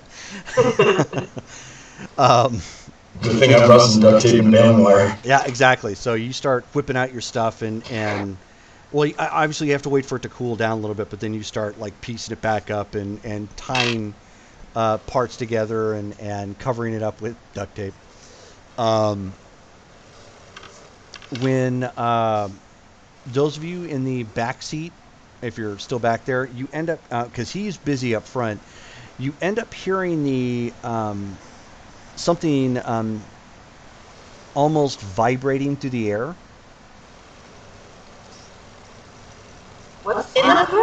outside the car. Outside the car. I'm gonna get out and look. Kind of like the Is sounds this of a something I would helicopter. hear too? Not initially. Uh, Cat, what the fuck is that? Oh my gosh. Okay, I'm gonna stick my head out. Mhm. Like, open the door and stick my head out and look and see and pray that that's not what I think it is. When you look outside, it's not too hard to spot because it's still, mid-morning at this point. There is a lone helicopter coming down fairly low towards the freeway, coming from the west. Can I tell if it's like a private or if it's like a police? But we can do a roll. You're going to want to score high. An intelligence and notice check.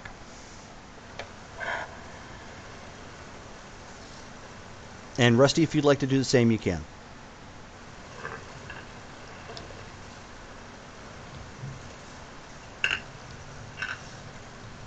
$21. 21. What'd you get? 15? Okay. You're not too sure. You do notice the helicopter, Rusty. It's definitely lower than it probably should be. When you kind of stare at it enough, you can't really tell, Hellcat, if it's commercial or police. You do see it's armed. And by this point, Mac, you actually start to hear something now. Mac, how's the car? Over the sound of the hissing and crap that you're working on. and I hear Hellcat say, "Mac, how's the car?" with a little bit of edge to her voice, I'm sure. Mm-hmm. Yeah. How close am I to being done? You're about halfway done. So I'm about halfway. What's going on? I'm gonna turn around and tell her to get back in the car.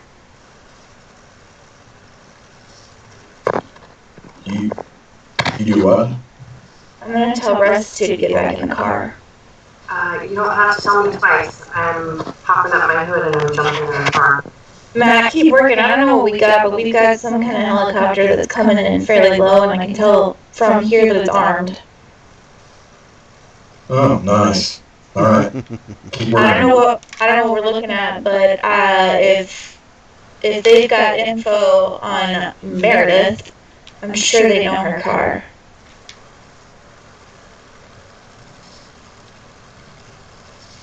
So while he's working, I'm just gonna keep an eye on that helicopter and kind of just around. Now I'm just alert. So there's kind of a pause in the air that you can tell, and then you hear some things hitting around you, and then a couple seconds later you hear this.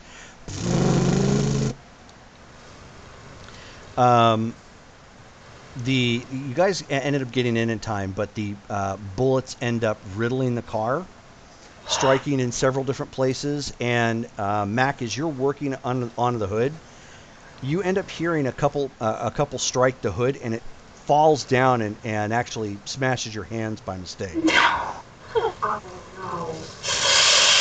Thankfully, the bullets didn't strike you. The hood of her car was armored as well. But that also means, yeah, exactly, owie. You've only taken like 2 points of damage from the hood coming down on your hand, so it's pretty superficial, but it stings like a mother.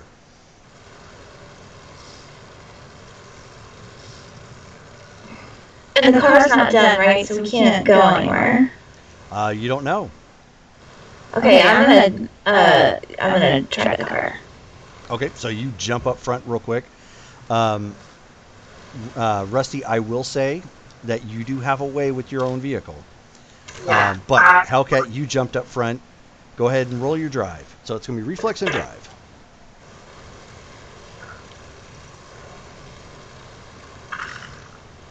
Come on. 16. 16. Okay. Decent. No dice. Okay, I'm gonna get out of the way. Tell Rusty to give it a shot. Okay. Okay, I'm gonna jump up front. So, Mac, at this point, you're seeing them like trade seats up front and trying to get this thing going. What are you going to do as you see this chopper coming in? Is he still firing? Well, if he fired once, he probably will again. Oh. Shut up. Open the door! I have a reroll available in my car, correct? You sure do. For anything pertaining to the vehicle. I would like to use it. Okay, so go ahead and roll first. Okay, D10? Yes, D10. So it's going to be the same thing, reflex and drive.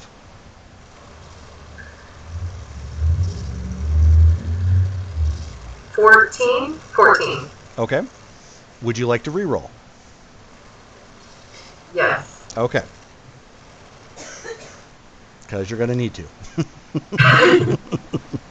Roll again? Yeah, go ahead and roll again. And we will say that Mac is instinctively dodging as he jumps in through the open door to the back seat. 15. 15. Okay. So you're still having problems. Mac, you end up just bolting from the side, and as the car door gets flung open for you to jump in the back, 3 rounds end up striking the inside of the door and like peppering alongside the road and the side of the car. Just but you have thankfully made it into the vehicle. Oh, hallelujah. And the sounds of the chopper blades are coming in. They're very loud at this point. Missy, would you like to try again? Don't forget you have luck points. You Yeah, do. I would like to use my luck points. How many would you like to spend? I would like to use 5. 5. Okay. So add 5 to whatever you roll, and you need to roll your reflex and your drive.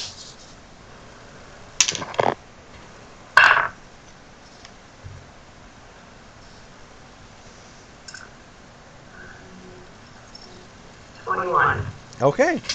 So at this point, the vehicle fires up, very similar to like the, older 1970s cars with like loose belts and whatnot. So like lots of loud squealing, and, very obnoxious and nowhere near stealthy.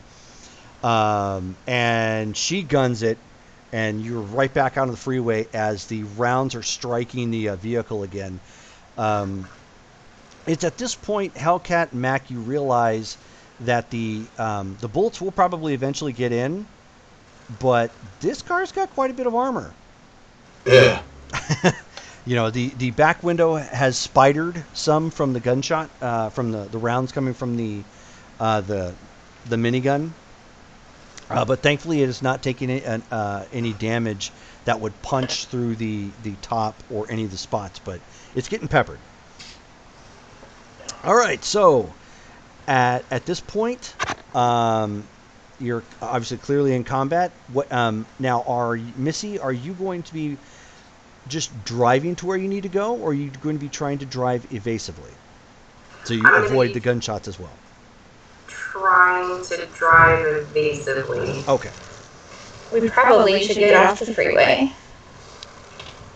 Not many options to do that here where you're at currently. Does the helicopter have any balls? Yeah, there you go. Yeah, So- we'll just so like sud- shut you up to a Yeah, so suddenly Mac just gets up on top of the vehicle and hears "Shoryuken!" and he flies up to, like a Does dragon anyone punch have a an helicopter. RPG? Yes. Okay. Oh, all right. So, Missy, go ahead and roll your drive. All right, it's your drive and reflex at this point, as you are attempting to drive evasively.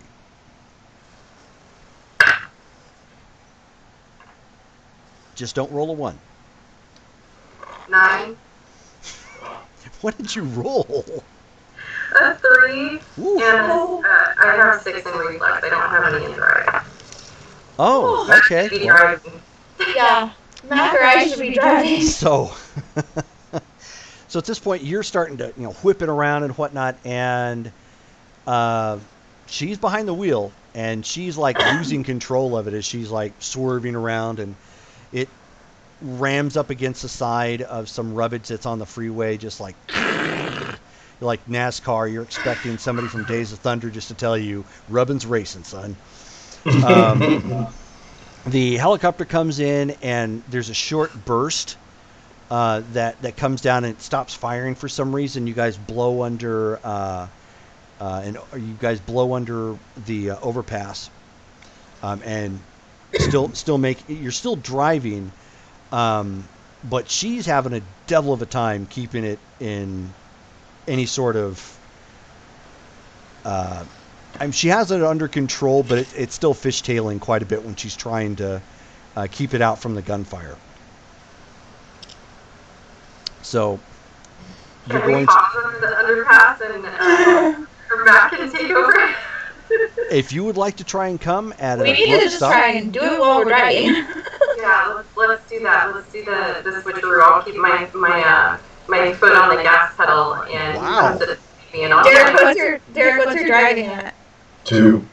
Okay, me too. All right, since I'm in the front seat, I'm gonna Reflex of 8, so. Okay. slide. That's what I got too. I'm gonna slide underneath Meredith. She's gonna go over top of me, and we're gonna switch spots. All right. And I'm gonna keep driving. Both of you give me a drive check at a -3. Rude. Rude. Okay, I roll. So does it in this game? I can't remember. Does it matter if you roll a 10? No, if you roll a 10, it's just the best roll you can get. Okay. So -3, I'm at 17. Nice. Okay. -3 and it's just drive And your reflex. and reflex. Okay. Then 11. Dang. Okay. Maybe it's the fact that she just kind of kept her arms locked at this point and stopped trying to turn the wheel. That when you guys slid over, you're able to swap out and Hellcat take over. As you do so, however, gunfire rips out down across the vehicle again, and you hear a lot of rattling at this point, and you see 3 holes in the roof. Oh no. Did anybody get hit? No, nobody's gotten hit. Okay, I'm gonna. Yeah, the organ's still okay. No. Yeah, it didn't do anything. The organs themselves, the freezer units that are on the inside of the vehicle are off to the side. How So soon? the holes in the ceiling kind of came in the middle. How soon before I can get off the freeway? Give me another intelligence and notice check, because not all of the off ramps are available.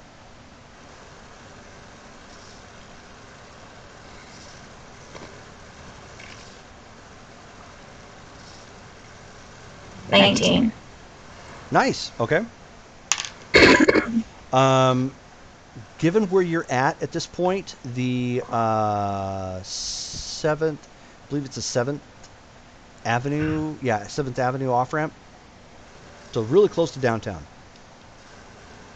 Okay. So I'm just gonna gun it for that exit and then Okay. try and get off the freeway as soon as I can. Okay. And so you're gunning it. Go ahead and give me a drive check again. So it's your reflex and drive. No minuses. 16. Good deal. All right. So, and are you just driving, or are you trying to drive evasively? Evasively. Okay. So you're kind of cutting it back and forth a little bit to make yourself a harder target. It's firing again. Only this time, gunfire is kind of skipping over from behind and, absolutely murdering some of the plants that are along the side of the road. You guys actually see one of the palm trees, like the base of it just explode as it catches several rounds from the gun, and it just starts falling over on the freeway. So now you have to make a hard left turn to start heading towards, well, northbound at this point. Unless you're attempting to go into the city. One way or the other, you're going to have to make a hard right or hard left turn. Hard right. Okay, so hard right? Yeah. Okay, so hard right, remembering Phoenix from this point, hard right will take you into the city. Hard left will actually take you along the outskirts. No, I'm going to go through the city. Go through the city. All right. So go ahead and give me another reflex and drive check. 19. Damn. So you whip the wheel, causing the car to spin. You guys get, hammered up against the side. Respectable, just bam, as she makes a really hard turn. And then you end up gunning it again, and you end up blowing right past, a Starbucks that's, open, and they got people kind of like peeking out the window, looking at what's going on. And as you pass that, you end up blowing right past the couple stores that are right there. There's, the Starbucks, and there's an old gas station. That gas station, I don't want to say awning, but the Canopy. Roof, basically, kind of like a canopy, but more solid. Ends up taking several rounds from the gun as it still tries to shoot you, but because you took the hard turn, the shots end up trailing. Now, as you are coming into the city, are you going to be obeying the stoplights and traffic? No. I didn't think so. Alrighty. It's more fun this way. Jerome, I just had a flashback of me driving my old Ford with Justin laying in the back and taking hard turns on purpose. Yeah, that's a personal joke. Yeah, but he should have been okay because he used to work for the FBI. Right. Yeah. Sorry. Shouldn't have done that. But he trained them in Muay Thai kickboxing and kept them. He was one of those braggarts. Yeah. Yeah. Yeah. So you start flying down the street. You were coming up to a 5-way stop. There are other vehicles. There are other vehicles in this area. So give me another reflex and drive check as you are still being pursued by the helicopter. 20. Ooh, yeah. So at this point, Hellcat spins a wheel again, takes a hard right to avoid the traffic sitting there, blows straight through the Church's Chicken parking lot, just and skips over into the 5-way. Two vehicles end up coming, slamming on their brakes and end up rear-ending each other, like right in the middle as she blows by them, pretty much as if this was Cannonball Run. Just the helicopter has stopped pursuit at this point. As an FYI, though, you are going the wrong direction if you are attempting to get to the Camelback Colony. What? We need to make a U-turn, basically. Yep. No. But you are smack dab in the middle. I shouldn't say in the middle, but you are downtown at this point. In fact, you were speeding by the Phoenix Police Department. Oh. Goody. Has he texted you yet? Who? The DA. We ain't going to the DA. We're supposed to deliver these organs first. And to be fair, she hasn't exactly been looking at her phone. Right. That would have made it all kinds of difficult. Do you want me to check that for you, Hellcat, while you're busy? Yeah, I'll just toss her my phone. I'm sorry, did you tell me you needed me to roll? I'm gonna scroll through her photos first. I scroll through her photos first. Okay. You're like, I will get to that in just a second.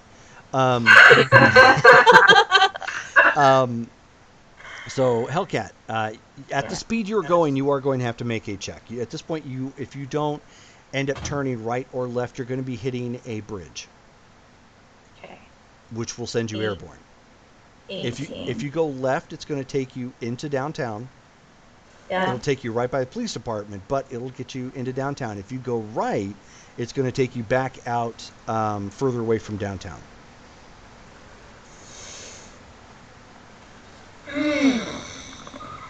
Which I can't just go straight. You can Which continue turn? going straight, but you're going to hit a bridge, and it's going to take you into South Phoenix. What direction am I driving? You're driving southbound at this point. Oh gosh. Okay, then I'm gonna take left because I need to be going east. Yes. Okay. So go ahead, and it's a D10 again. So your drive and reflex check. 18. Wow. Okay. So you whip it again to bring it out and around, and given the speed that you're going, so you squealing tires, just like massive squealing tires, burning rubber as she ends up, turning left and coming down. I think you're actually coming down Washington at this point, starting to fly in. As you whip it around, thankfully you guys have got armor on. She ends up clipping the stoplight with the back end of the vehicle. So it hits this really loud bang sort of sound, sends you both up against the side. You probably would have taken some damage if you didn't have something in the way. But now you're flooring it past downtown at this point. You will eventually, if you're going to head towards the Camelback Colonnade, you will need to head northbound at some point. Okay. Well, the helicopter is still in the area. It is not firing. You can still hear it back out there someplace. Are you maintaining the speed?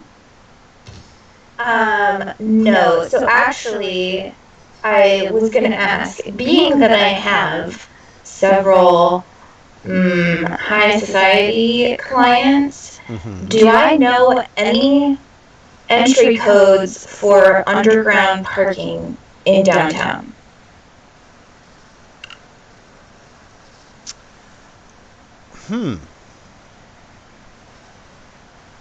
That's a very good question. I hadn't thought about that. That's a very good idea. Why don't you give me let's give a street deal and intelligence check.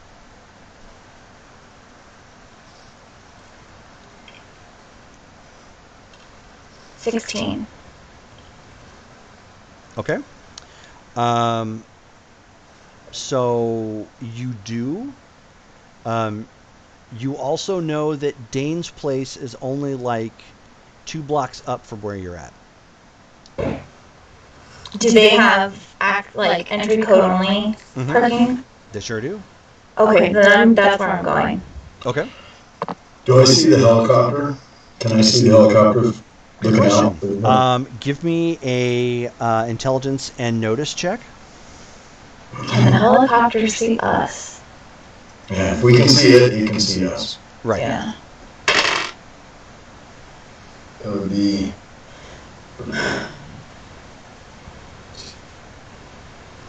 18. Because it's intelligence, right? Yes. Yeah. 18. Okay, so you look out and around, and it takes you a moment to focus from the spider glass in the back there. You do end up seeing the helicopter, but the buildings here are taller, so it's going to lose sight of you as soon as you start trying to turn to get away. Hellcat, give me another D10 check for your drive. And keep in mind, you have motorcycle for driving. No, I don't. I have driving. I didn't put my points in motorcycle. You didn't? Because that's what I'm seeing on your character sheet. No, on my thing, I put them in on my handwriting when I have them in driving and not on motorcycle. Okay. I can switch that if I need to, but that's what I have on my handwritten sheet. No, that's fine. Let's just make sure that we have the correct character sheets, though, because it looks like I may have some differences, and there may have been some changes that we did at one point. So we can take care of that later.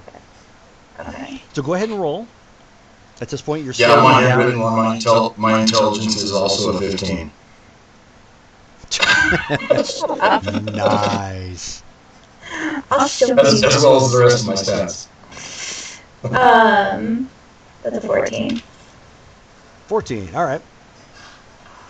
So you flip the wheel again, and you're starting to slow down. So it's not quite as hard. You end up accidentally rubbing up against a parked vehicle that was along the side. Thankfully, it was a trash truck, and it wasn't like something that somebody was actively in at that point. But and people are like peeking out, looking around, trying to find out what the hell happened. But within a few more seconds, 10 seconds or so, you end up pulling into a parking garage. Which this is a weird detour for you two. You guys, like, she rolls right up to the Rusty's been there, to but the Matt hasn't. to the garage, and then she punches in a code real quick and goes down into a parking structure. Because I was watching the helicopter. Did the helicopter see us go in? Not as far as you can tell. Okay. It seems to be real clear. I didn't see the helicopter.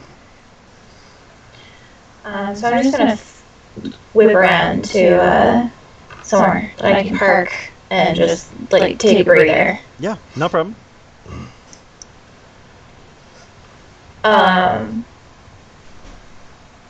And obviously I didn't have like the opportunity to look, but so I could tell it all beforehand if it was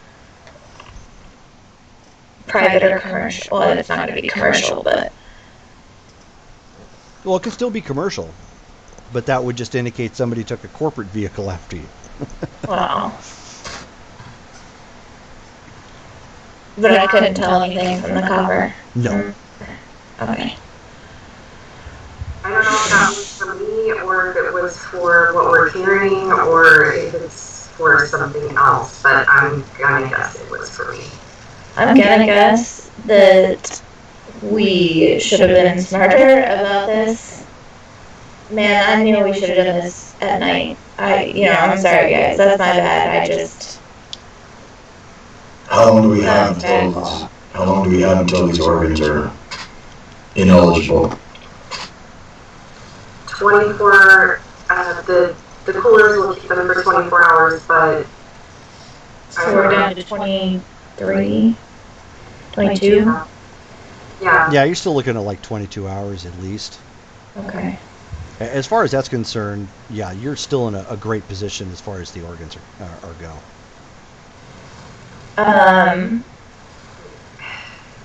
We're gonna, I know this is probably not the best time to bring this up, but we're probably, I mean, if we wait, we're gonna lose that extra 5,000.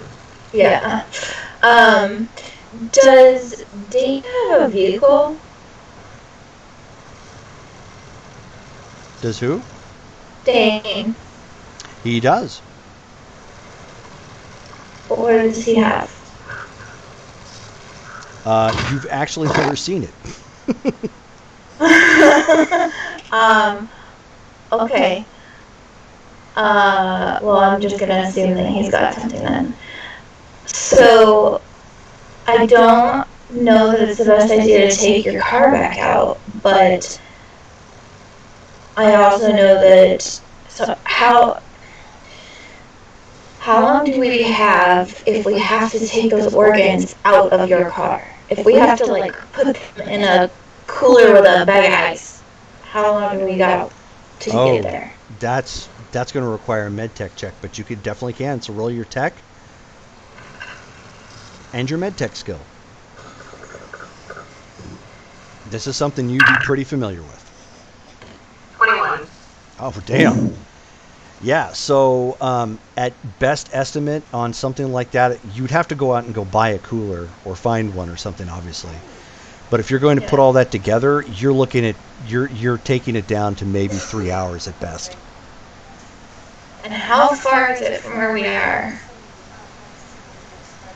Camelback Colonnade from where you're at is, barring no traffic, you're looking at probably a 30-minute drive. Okay, so to Meredith and Mac, so this is the parking garage for Dane's apartment. I figured it would be kind of out and somewhat secure, out of the way from that helicopter, but I don't know that we're going to be able to take your car the rest of the way on this delivery. If I can go upstairs and find keys to a vehicle, if Dane's got a vehicle, can you pack these organs for transport? I can. Both of these organs were for the same person, correct? So far as we know. Okay. Yeah, you would have confirmed. They're both for the same person. Okay. Problem is, it's only going to be a couple hours of time. So if we do this, the last thing we do is swap over the organs, and we have to get there as soon as possible because I'm not going to have a whole lot of time to do the install before they go bad. Okay. Well, from where we're at, it's about a 30-minute drive to the delivery site. So if we can get out here in a different vehicle, I can't imagine being followed in a vehicle that they're not going to expect us to have. One that's not riddled with bullets. That too. So, not that anyone's going to try to steal the car, but let's secure the car and go up and look for keys upstairs. Does one of us need to be acquiring a cooler, maybe? Well, I was going to look through Dane's apartment. I mean, he's a dude. He might have camping stuff. Be better off, anyway. Yeah, so we'll go see maybe if what he's got to work with. But we're probably going to need ice. Would Dane have that in his apartment? Do the apartments have, like, I know some of the places downtown have, like, convenience stores in their, like, main floor. Does this apartment have anything like that? No, this particular place has some restaurants on the bottom floor. It doesn't have any, like, convenience stores. Okay. And what about within, like, the next, whatever, the next couple buildings, yeah. There is a CVS equivalent, just the block down from this place. I don't even say city block, but the next street over. Okay. So it's walking distance. Okay. How much ice are we gonna need for this, Meredith? As much as we can fit in the cooler with the organs.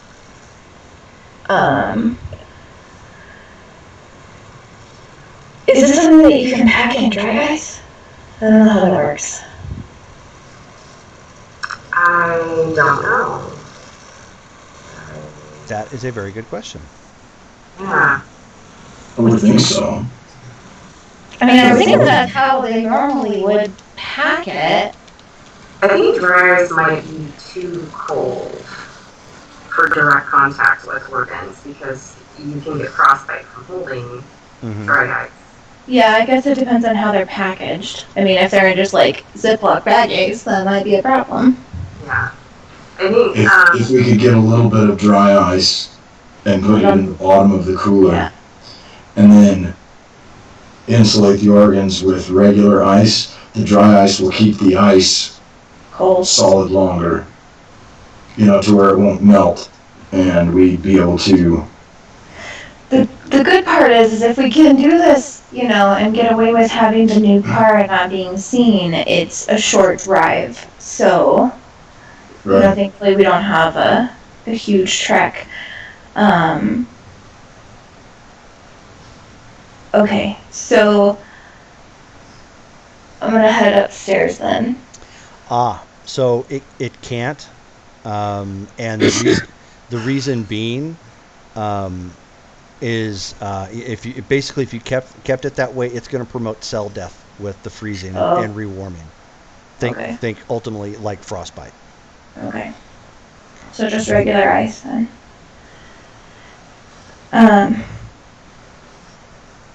Okay.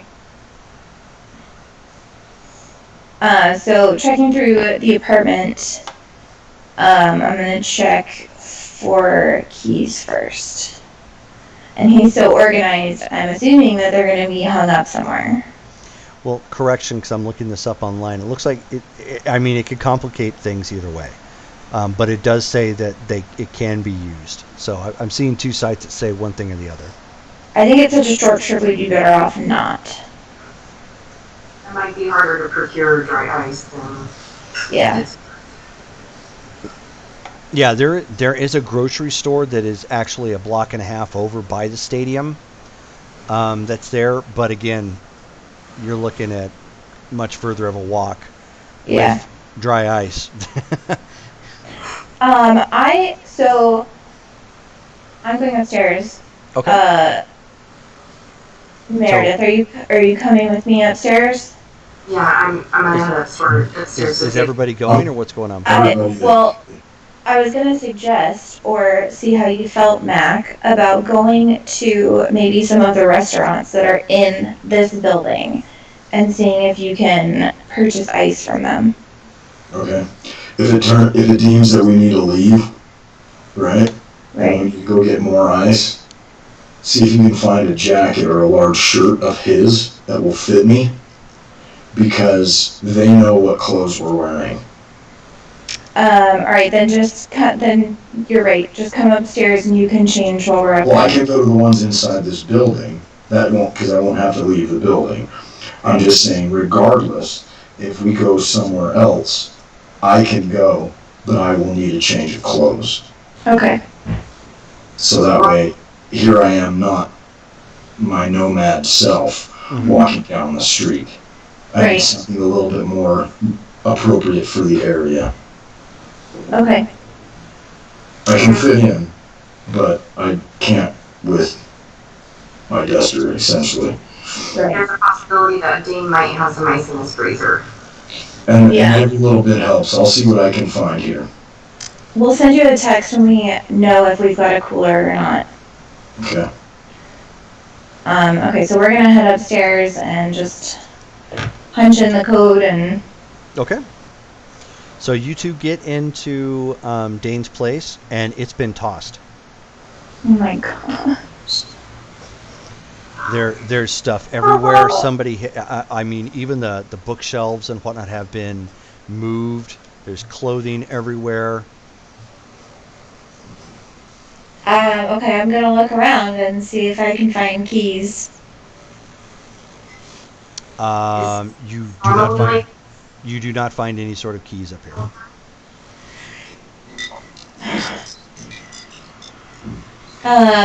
Okay. Meredith, can you look for a cooler? I'm gonna call Jill. I'll try. Oh no, I'm sorry, just sift through the mess. Yeah, I'll try my best. Okay, Maybe give me an intelligence and notice check for you to sift through the stuff. I'm glad While I they're took your doing- stuff. While they're doing that, I'm going to make a phone call to my clan to see if there's anybody here in this area that might be able to help me out. Even if it's just making a run to the store. Sure. So for you, give me an empathy plus your family check. At 17. Nice. That's 18. 18. Okay, so I'll get to you guys in a second. Hellcat, you make your call. Jill picks up. Hey, Cat, what's going on? Hey, hon, I know you took the car into town. Where are you at? I'm actually at a hotel. You're at a Don't- hotel. Don't look at me that way. I was lonely. You're at a hotel. Yeah. No, I'm not doing anything like that. It was just a hookup. I Where? swear. I'm just, I think, like, you can kind of hear rummaging around. I think I'm like 2 or 3 blocks away from Dane's place. I think I see the convention center. Why? Because I need you to come to Dane's. Oh, okay. What's going on? What? Something wrong? Yeah, and I can get into that when you get here, but I need you to leave right now Okay. and bring the car here now. Okay. All right. I'll be there in just a couple minutes. Let me Okay. get dressed. Okay. So she hangs up. So Meredith, you have tossed the place as best you could. You do not find any sort of cooler. Of course not. Mac, Yes. you end up getting a hold of somebody. They don't have anybody in downtown area, but they can send somebody your way for whatever it is you're needing. I need a cooler full of ice right now. And I give them the address. Okay, that's not a problem. They'll, based upon the address that you provided them, they should be there in about 15, 20 minutes. Good enough. Call me when they're here. Will do. When we came in, I would assume if there had been signs of 4th century, I would have seen it. Mm-hmm. Okay. I text the girl. Well, I text either Rusty or Hellcat, one way or the other, and say I got a cooler with ice coming. 15, 20 minutes. Okay, I'm gonna text him back and tell him that we didn't find anything and no keys, but I'm working on getting Jill here with the car.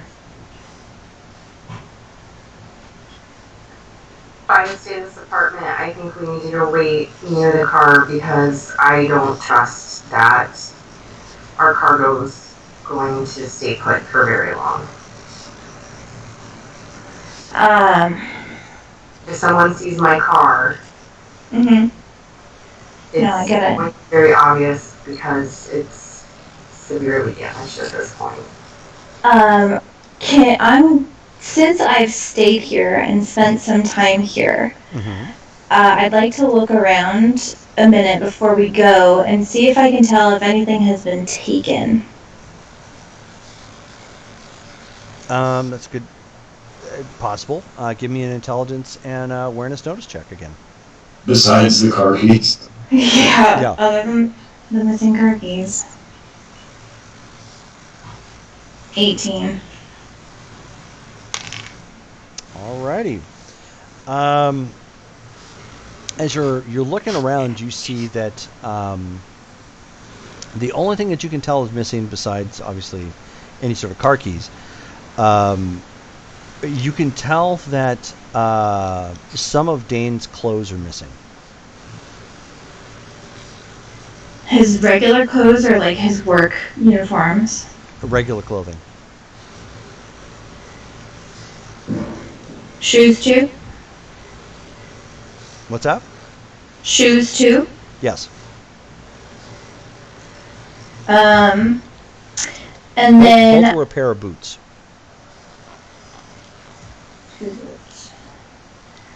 Okay, and then I'm gonna call him because Okay. I know that somewhere he has a safe, and if I don't see it just open,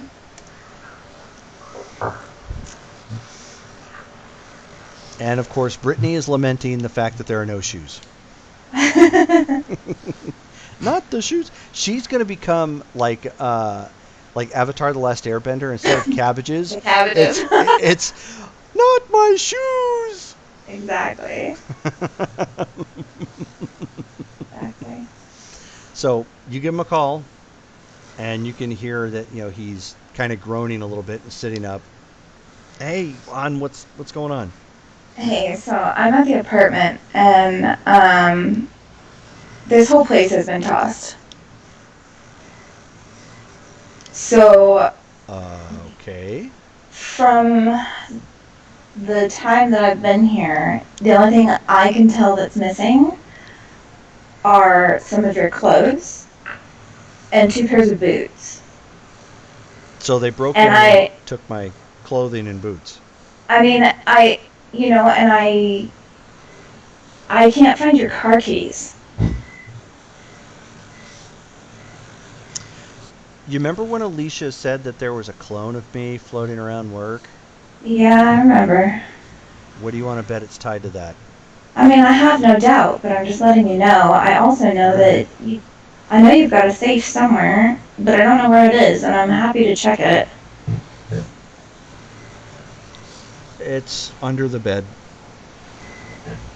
So while I'm on the phone with him, I'm gonna go in the bedroom and check and see if it's been disturbed. It has been, yes. Is it empty? Yeah. Dane, it's empty. Shit.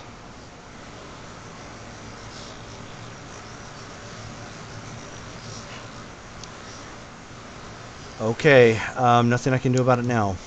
Look, I don't think we're gonna be coming back here anytime soon. Is there anything else from here you want? I mean, I can pack your bag of clothes. I'm gonna need it, but you're on a job right now. I mean, do you even have that kind of time? I can take 2 seconds and do it. All right. I mean, if you could do that, that'd be great, I guess. All right. I'll let you know what's going down. I am having Jill bring the car here. She's gonna need some kind of way home. So, I don't know if Syntax can come pick her up on my bike, or what. But I need the car, and I'm not taking her with me. All right, we'll figure something out. I'll talk to Syntax and see if we can work something out.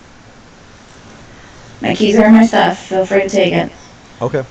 I'll let you know what we find out. All right. So I'm gonna get off the phone with him and just quickly and fairly haphazardly pack him a bag of just what I can find that's laying around. Okay. And then come back out and grab Meredith and go back down to the car. All right. So as you guys go back down to the car, Jill is pulling up. Jill ends up pulling up about the same time. Oh, pardon me. As Mac gets a call, and your guys are hanging out in front of the parking garage. Do I see Hellcat? Yeah. Yet? Yeah, Hellcat and Meredith are standing by the Let's car. do this exchange in the garage. Let's give him a code. Get him in here. That's fine. I get So, him. have him come in. Give him Alright. Dane's code. They beep in and an arm lifts up and they come pulling in. Okay. These two guys are in a car kind of similar to Rusty's, although not like armored or anything of that nature. It's got pinstripings and well-designed paint. It is very much a street racer. Like customized and everything looking. It looks like it probably rolled off the futuristic set of Tokyo Drift. Oh, wow. Nice.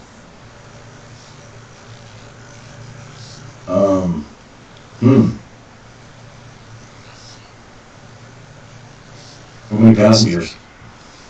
It seats 2. Oh, darn. All right. I had the same thought. Right. Okay. And there's 2 guys. Mm-hmm. Okay. Yeah, they come walking up with this, igloo cooler that they've packed down with ice. Okay. So you wanted the cooler with ice? Here you go, dude. I'm not going to pretend to know why you wanted one without drinks. We've already got a supply of beverages. All right. So are we going to see you at camp tonight? I don't know. Do you have a credit card? Do you have a credit stick right now? Mine, yeah. Out of character, how easy is it to transfer funds?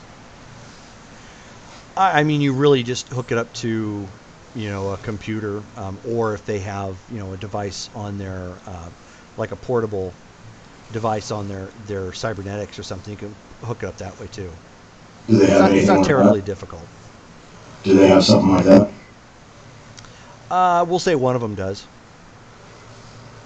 Transfer 500. Oh, okay. You're like, Take it oh, back. thanks. Take it back to the clan. Get yourself a little something nice for the favor, and take it back to the family. Oh, all right, yeah, sweet. And will you do me a favor? Pick something up for my sister.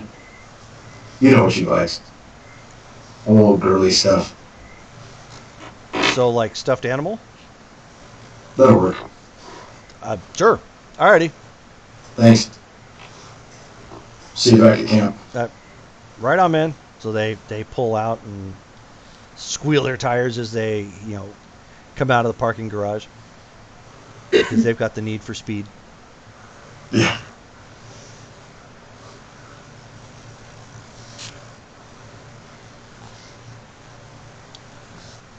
Alright, I'm gonna run up and take the cooler from Matt Mm-hmm. and get to work and start prepping the organs. Okay. Jill's on her way, right? She's already there. Jill is actually there. So, I mean, she's kind of shrugging. She's like, what's going on? So I'm gonna go talk to Jill. Ask if she's seen anything up in the air. Hey, Jill, on your way in, did you notice any helicopters out there? A couple. A couple?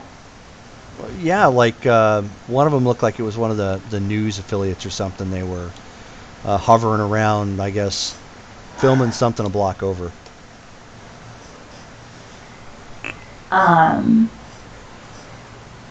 Okay. Well, I need to take the car, but from the time I talked to you until now, I'm less confident about leaving you here alone while I wait for you to get a ride back. Wait, what? That was an option? Listen, Okay. I'm in the middle of a job right now that I don't need or want you involved with, because I don't even necessarily want to be involved with it. Dude, I can totally help. Jill?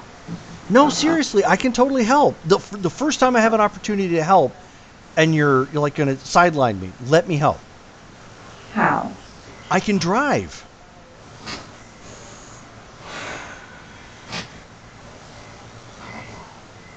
I can totally drive. Call your brother.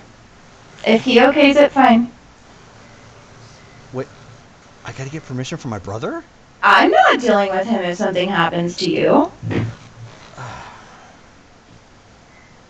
But you're cool if he's cool. If you want to make a stupid choice, sure.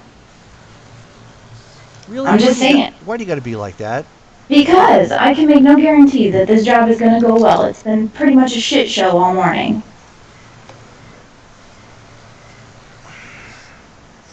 You know I've been trying to find a way to repay you guys. I don't want to just sit on the side. That's Okay. fine. Call your brother.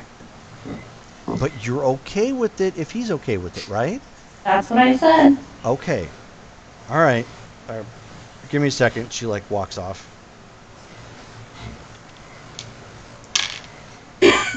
Oh. So she has a conversation a little ways away while you guys are kind of waiting and whatnot. And then Hellcat ends up getting a call. And it's Dane. Okay, I'll take that call. Okay. Cat? Did I just hear this correct? Jill is wanting to drive for you now? Yep, welcome to my life.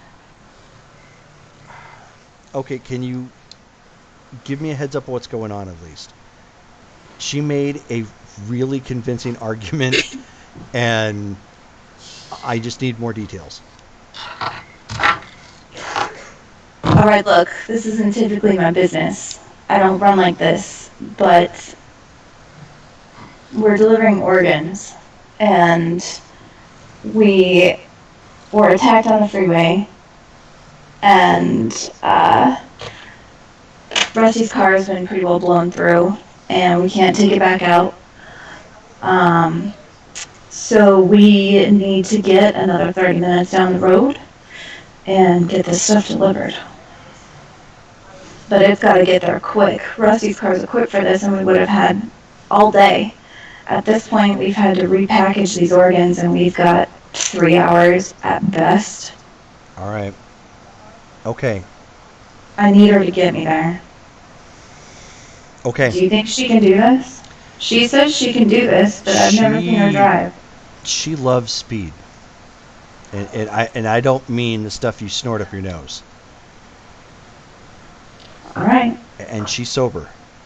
I hate to agree with her, but if you're in that kind of a pinch, I think she can do it. That's fine. I just wasn't dealing with you if something went wrong. As long as you approve it, she can drive. But she didn't lie, right? You said if I was okay with it, you would be okay with it, right? I'm just trying to make sure we have our stories right. Yeah, no, it's fine. Okay. That's what I told her. Okay, just let me know when you got there safely. Try not to stress yourself out too then. I'm trying not to. All right. I'm going to unplug the heart monitor just as an FYI for right now. Because You might want to let Syntax know if she hears you flatline. She might be concerned. well, my tech is with you right now. Doesn't mean Syntax isn't going to hear it from the other room. Okay, fine, yeah. Have fun. Thanks. I I'll would talk to say you drive later. safe, but yeah, just keep your fingers crossed for Joe. Yeah, we're just going to try and stay alive at this point, so. So I'm going to get off the phone with him and just give Jill kind of a look, but give her a thumbs up. So she does the sort of, kind of, happy clap sort of thing, and she runs back over to the vehicle. Just going to roll my eyes and get in the car. So she, as everybody gets in, she's like, buckle up. I do.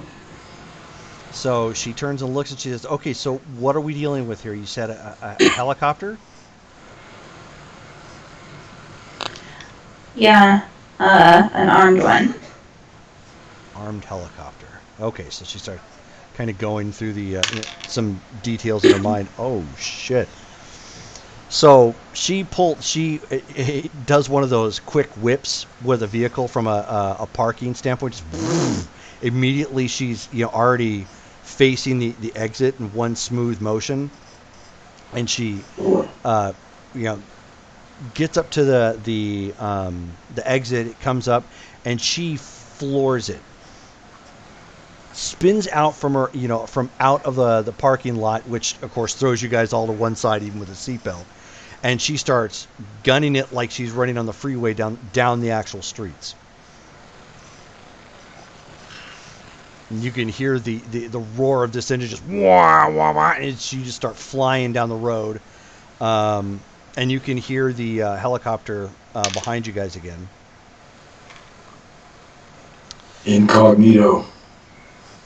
By the time you clear downtown and start heading northbound, it's getting close enough to fire again.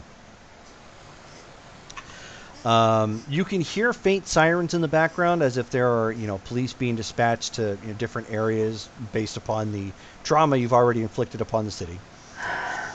This is beautiful. And the helicopter ends up flying forward, getting about as close as it did before. And as it starts to fire, she ends up hitting Thomas on literally a bootleg turn, just and you see the smoke from the wheels turning as she almost from a dead stop as she made that turn, cut it so hard that the helicopter just basically kept firing forward, almost tearing up a mobile phone store right there at the corner. And as she's gunning it down the road, the helicopter turns. It's not hard for them to reposition and start catching up. But the way she's driving, the just the crisp little minutia to the steering wheel turns, and the fact that she's going like 50 down these side streets, picking it up to almost 60 at certain points.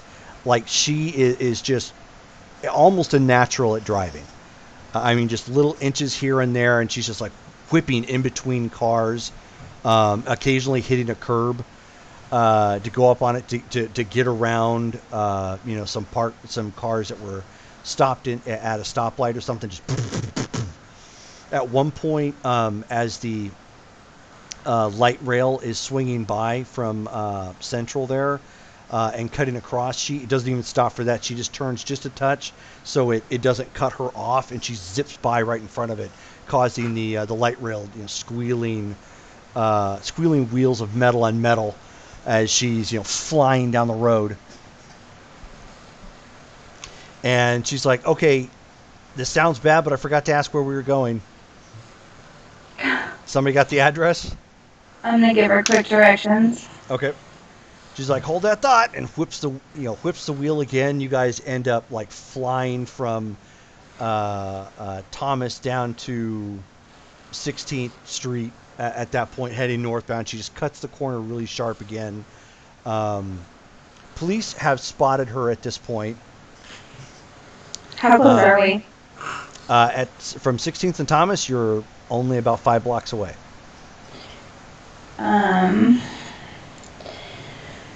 And the place that we're going, does that have underground parking? It does. Okay. And we have the code for that? You do not. Well, we're gonna make our own. So, as the police start coming up from behind, you can see her starting to count down like 3, 2, 1, and she immediately does another hard turn and ends up going down a residential alley where there's maybe a foot to 2 feet clearance between the door and like gates and walls. And just holding it steady. It's all dirt, behind the buildings and whatnot. So the officer at that point stops and tries to follow. She whips it again. Within like 3 other turns, she's already lost the officer that had been following you guys.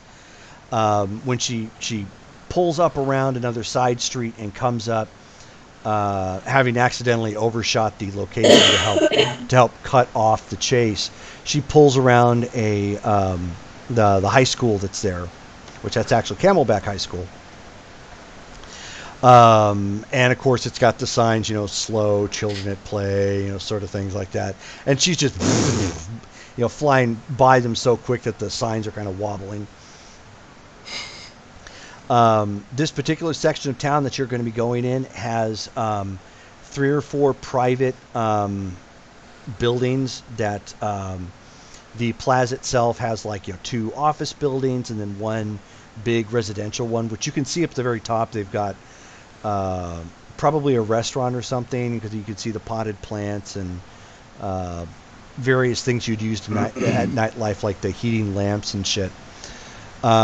She ends up going right into the parking garage without even hesitating, since you guys said there was no code, and just snaps that damn bar in half, just whoosh, as she flies on through. I am hot for rolls for her tonight. Damn, I haven't rolled anything lower than a 9. Good. Yeah. I'm using my Cyberpunk dice, that's why. So she ends up coming to an abrupt stop at... oops. Here we go. Here it is. So she comes to an abrupt stop in a parking spot right next to the elevators, so you can go out from here. So what are we gonna do about the fact that we're being followed? Are we going to just stay here while we do this and hope that they leave, or chance that they're going to come in the building after us? Or do we send the car back out as a distraction? Jill, the bait. I think our best bet is to send the car back out. Maybe can have Jill swap out cars or vehicles back at the house, or leave this car somewhere and have her take a ride back to the house and pick up one of the other vehicles. But I think it's going to be too convenient that we have a broken entrance gate and a missing vehicle. So we should have her lose it.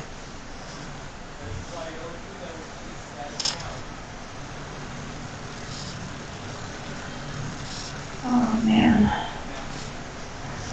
If she goes out for a decoy, also keep in mind that it kind of traps you guys there. Yeah.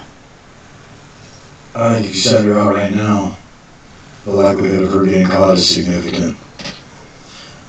If we're sent with all this that came about, oh my gosh, that's my little boy.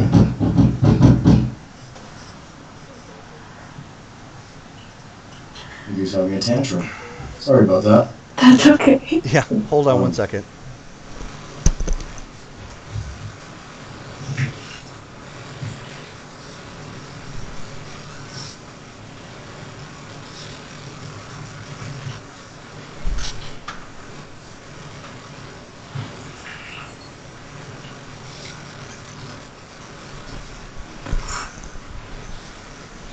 Okay. Okay. In the directions that I was given, were we given like a suite number? Yes. Or Yeah, okay. you're given the actual address, so you know where to go. Okay. So do the four of us want to go up all together? This person's paying this kind of thing. They've got to have some security. All right. Yeah, I mean, I think that's going to be safest for everybody. Mm-hmm. All right. If we're with you, then you know what, we have nothing to hide as far as what they're concerned. If they want to hold us in a room at gunpoint, I don't even care. You know what? The likelihood of us being safe up there, even with a gun pointed at us, is significantly greater than what it is down here. So, in that mindset of going up, I don't mind taking a team. Just keep in mind, Mac, you're going to be there as security. So if anybody asks, that's why you're around. Yep. Meredith, you're the med tech, and Jill, you're the driver. I'm there to collect the money. I'm not lying. All right. Just gives it a happy thumbs up. All right, let's get upstairs. All right, you guys are carrying the... Because I'm going up armed, obviously. I've got the cooler with me. I'll lead since they're kind of expecting me as point of contact on this. Okay, so you guys hit the elevator. Dings a couple times as it travels up several floors. And it comes to a stop at the 10th floor. And when the doors open up, there is I don't want to say a brief, but it's not a very big lobby with only one door that goes in. There's one door off to the side where it looks like security probably hang out, or they buzz people in, and there's 4 guards that wait basically out here in the hallway. Okay, so they see you approach, they put their hands on their weapons instinctively. One guy comes over, and it's very much it looks very much like your typical high society corporation, but high society security. They're dressed nice to blend in, but you know, they've got the look like they're used to this sort of thing. So I'm gonna approach just kind of not hands up, but just visible, Mm-hmm. and just calm. So security guard puts his hand up and he walks over. Identity. Hellcat. So he makes a motion with his hand to see your card. So I give him my ID. Okay. Reason for being here? Making a delivery. Delivery of what? Priceless goods. Cute. In an igloo. In an igloo. So he motions to another guard to walk over and open it up.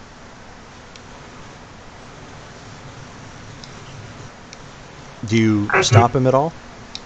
I get very defensive, and I say you need to be very careful with this. Yes, ma'am. Then can I get you to open it up, please? Make it quick. Okay. I quickly open it up. All right. So he kind of peeks at it, just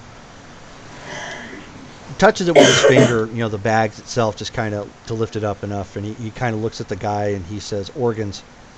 So he puts his hand to his throat where he's got some sort of communications link. And he says, 4 people here with organs. And he kind of nods. And he says, right this way.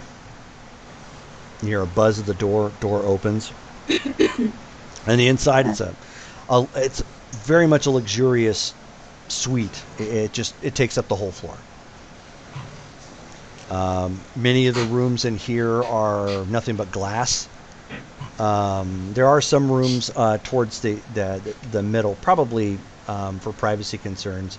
You know, the bedrooms themselves are actually walled in, but the rest of the floor is very open looking, with the windows and glass panes and whatnot. Very posh.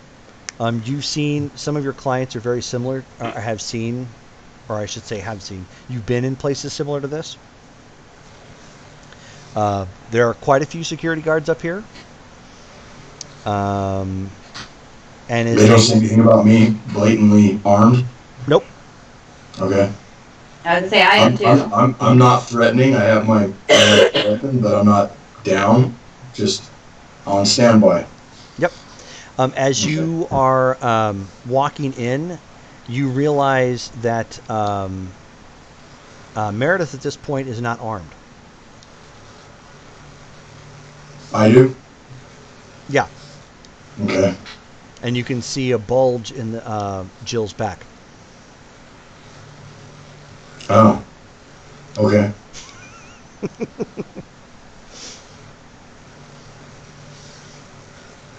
They lead you into a very nice looking bedroom. Several pieces of art up in here. And since she's probably in the chat, Brittany, can I get you to roll a willpower check to prevent from locking up at the art?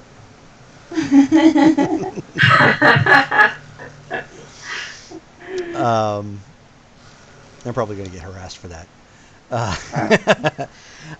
Any rate, there's an older gentleman laying on the. Yep, she left. There's an older gentleman laying in the bed, covered with a light sheet. Does not appear to be well at all. And there is a nurse in there that has been monitoring the vitals. Do I know or recognize this man? You do, actually. You don't know him, but you do recognize the individual. He is a long-term fixer, deals primarily with brokering black market drug deals. Do I know his name? His name is Tevin. Tevin? Tevin. And you said he's older. Yes. So I know him. Probably because 60-ish. I know him because I've seen him, or I know him by reputation. Both. You've never met him, but you've seen him and you definitely know him by reputation. Okay. And does he know me? Maybe. Okay. You've got a rep, so it's possible.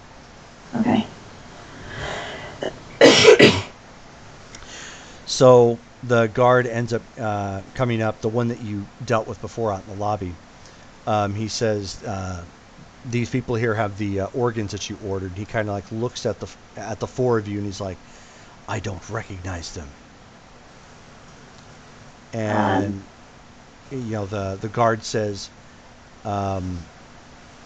these and as he looks down at his phone and he says, we've been able to identify the one known as Hellcat as the contact for your, and he says, quote unquote, deal, sir. And so he sits up a little bit and looks, intently at Hellcat in specific.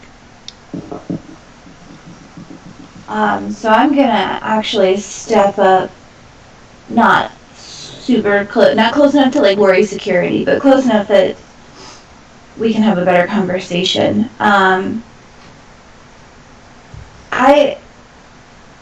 don't mean to be forward, but I actually know you, sir. Your name is Tevin, right? Yes, it is. It's an honor to meet you. I've heard many things.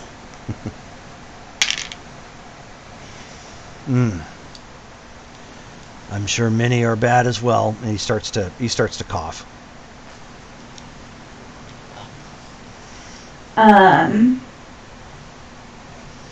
Nothing bad that I can recall offhand. From what I hear, you're one of the best in the business.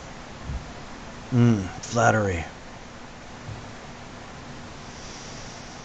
And Is it flattery if it's true? He looks to the guards and he says,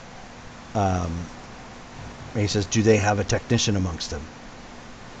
And he says, I believe they do. And he points to Meredith. I'll step up just directly behind Hellcat and introduce myself. I'm Meredith. I am your med tech today, and to be as brief as possible, we have these organs for you, but we need to act in a time-sensitive manner. So if these niceties are complete, I would like to get you prepped for surgery. Okay. Go ahead and make a empathy and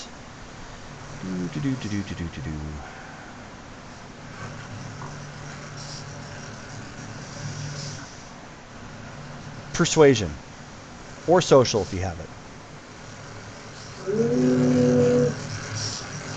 Don't. Okay. 12. Okay. So he doesn't say much. You can tell he's kind of weak, but he nods and motions, and he says the guard says the technician here will assist you. We will have 2 guards on the inside to ensure that there's no foul play. The rest of you, if you will follow me. Okay, I'll follow. He just leads you You guys. all right, Meredith? You be okay, Meredith? I should be okay. Don't worry about me right now. We ain't leaving without you. Thank you. Mm. So they lead you guys out to the living room, basically.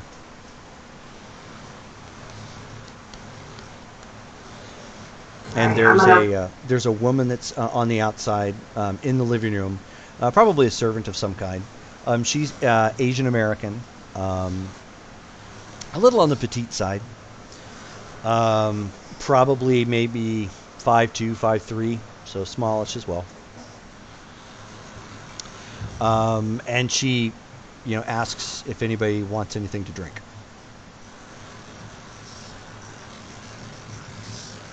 Just a water for me would be great. And Jill's all, ooh, a Coke.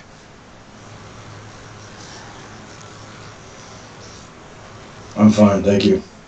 So she goes to get the drinks. All right, Meredith, you were on the spot. Yeah. Maybe you should have saved your luck point. She's got more. Insert I have a couple insert more. I the saved some, 'cause I figured insert this the would Mission be- Impossible theme here. Dun dun dun dun dun dun. Yeah, man, don't mess up. So we need 3 reflex and medtech skill checks.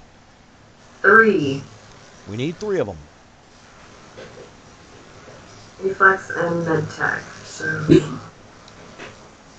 Or sorry, And- intelligence and medtech. Oh, okay.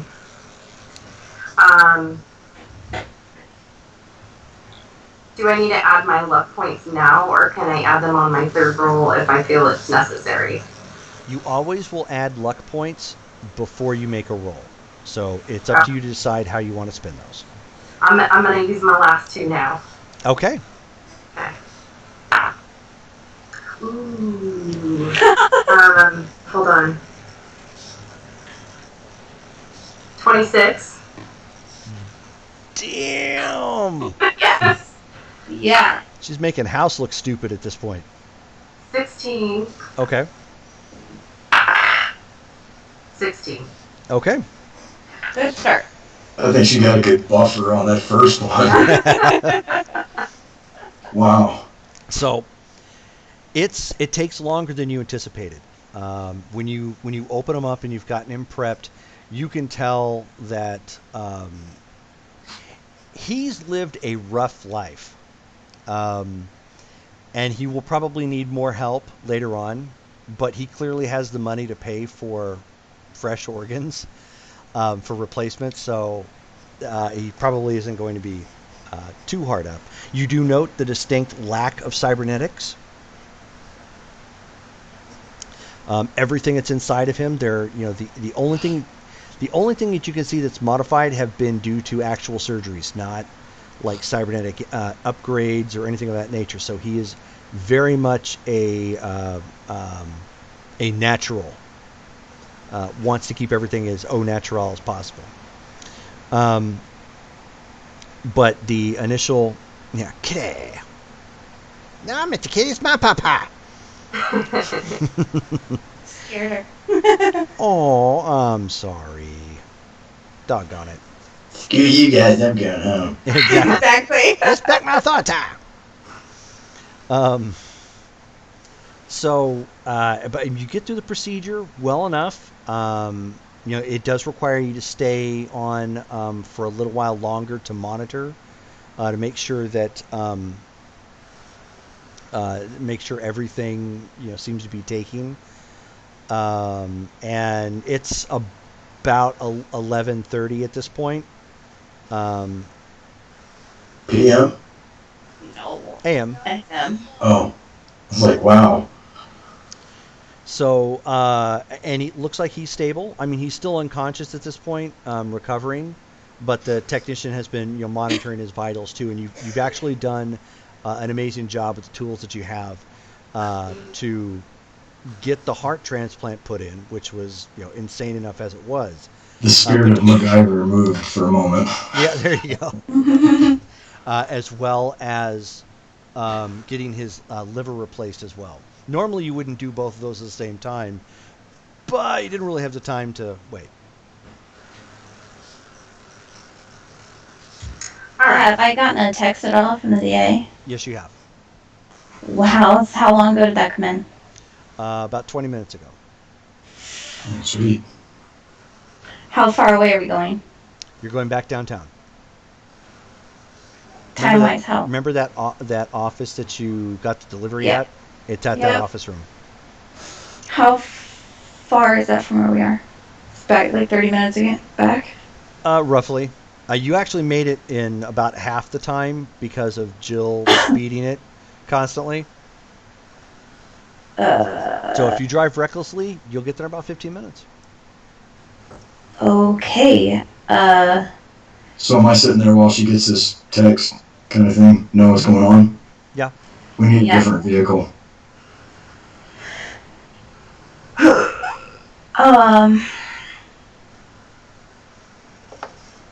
Okay. Well, I mean, and we can see if we can trade this one straight across with these guys. If Meredith does a good enough job, then maybe they might be inclined to. Well, our problem is this guy ain't gonna be up and moving to make a deal for a while, and I doubt his security is gonna be making any kind of deal for him. Evidently, they got to have somebody be paying.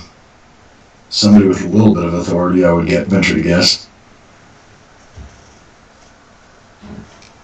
Yeah, that's a good question. Am I getting payment from them, or am I getting payment from Rex? Your payment's coming from Rex.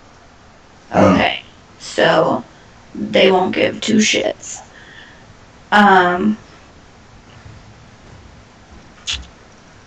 Well,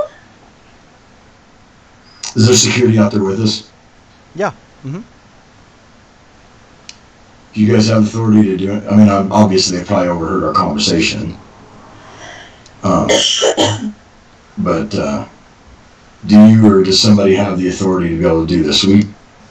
They shake their heads. Nope. We went through a little bit of trouble to get here, if you catch my drift. And the vehicle that we came in isn't exactly the one we'd like to leave with. At this point, have I exited the bedroom? Yes. Okay. To be honest with you, and I'm gonna pipe in. To be honest with you, I think somebody was after us because of your boss's organs, and we don't want to cause any additional undue distress to him at this point. He's in a very sensitive state right now, so this is the least that someone can do. Can someone arrange a trade of some sort of vehicle with what we have right now? We don't want to asking for anything super, just something equivalent. Okay, so go ahead and roll your empathy and persuasion fast talk. Whoever is trying to convince him. if that doesn't work, is the of this? How many security guards are in there with us? I rolled a 17 for what I'm doing, for what I've been saying. Okay, you've got about 5 in here. There's more in the actual penthouse suite itself, but there's 5 in the living room. I rolled 11. If neither of their plans work, I'm gonna try to seduce one of them out of their keys.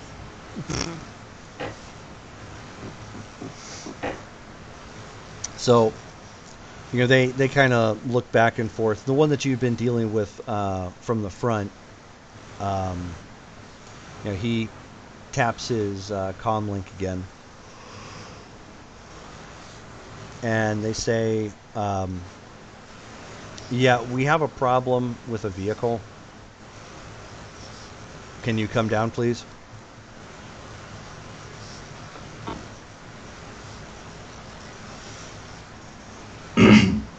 And at that moment, you see the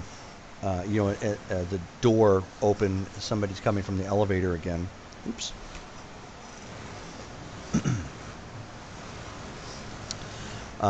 And after a few moments, you end up, Derek, you end up seeing a familiar face come walking to the door.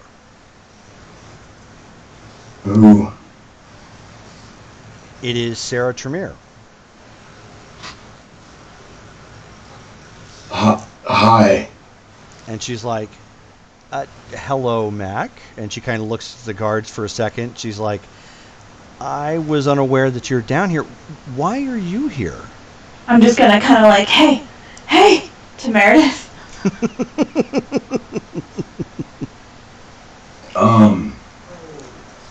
Just helping out some friends. Mac, you feel a tug on your shirt. Glance back. Jill is standing really close and she whispers, can I get an autograph? Yeah. Yeah, just helping out some friends. hold on a second. She says, "So if they're friends, why don't you introduce me?" And you guys have seen the picture, right? We saw her show. Yeah. Yeah. Let's make it sure. Yeah. Did she meet? She didn't see them because I was the only one that was able to get back Yeah. to see her, right? Mm-hmm. These are some friends of mine. This is Jill, a fan of yours, Hellcat, and Meredith, the one who helped out the most. I'm gonna reach out to shake her hand. Ms. Tremere, I'm such a big fan. If you ever need any medical assistance, please contact me. I would be happy to do anything for you. She laughs and pats your hand. She's like, well, thank you very much. So they're telling me you're okay. Maybe somebody should walk me back here. What exactly is going on, and why do you need a vehicle? Maybe if I had a little bit of where do you stand in this whole hierarchy? Well, the guards told me that you were looking for somebody with authority, so they called me. Well, we did a favor. Out of character, do we know this guy's last name? No, he just goes by the one. I was gonna say he probably wouldn't have one because Hellcat wouldn't go by one either. Okay, so what was his name? Tevin. Tevin. Mr. Tevin. And we did a fairly significant favor for him, and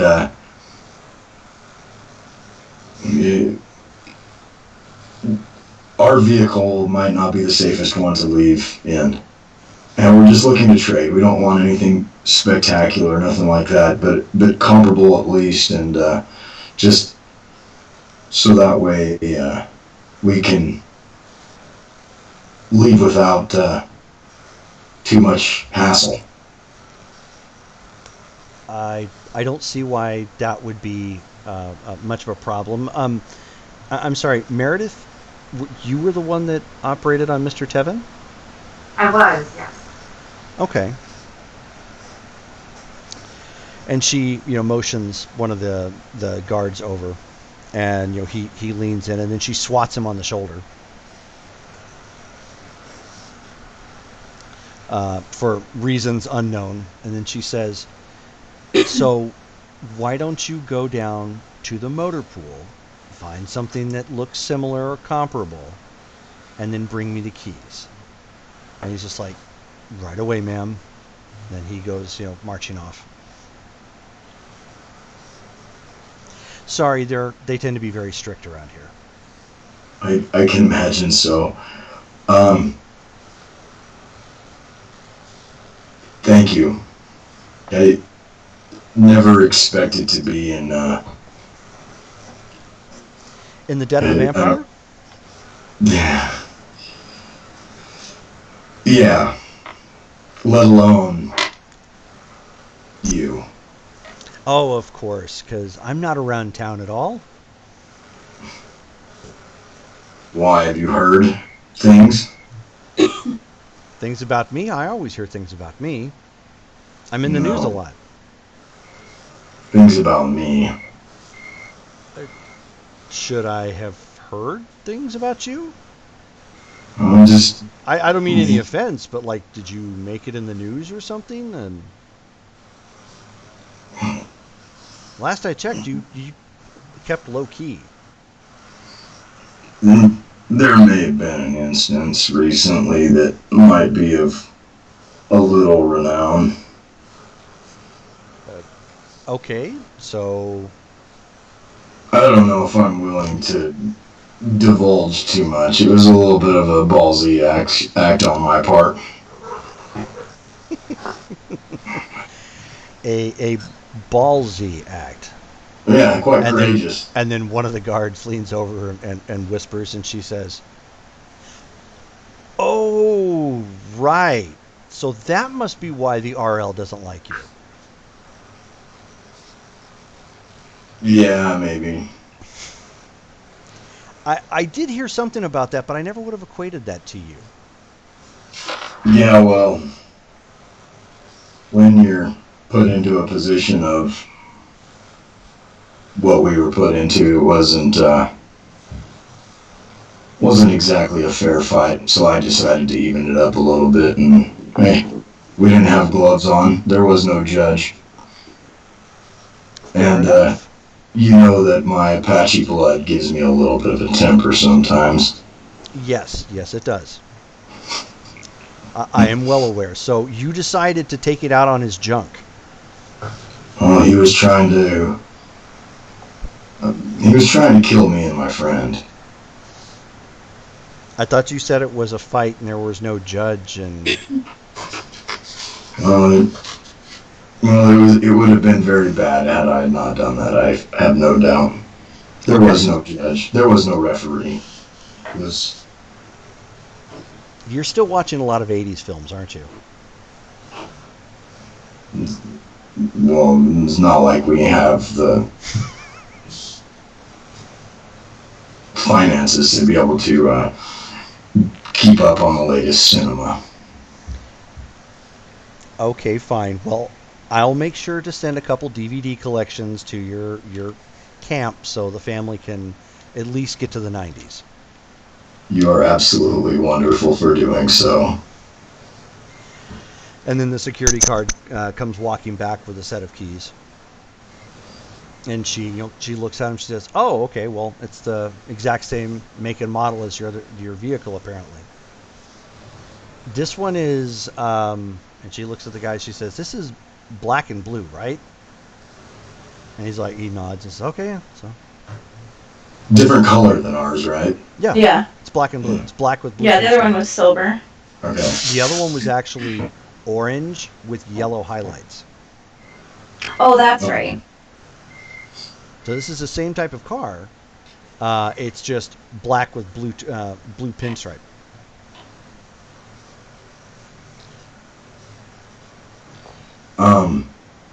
Only because I will not live it down. My friend Jill here would love, if it would be possible, to.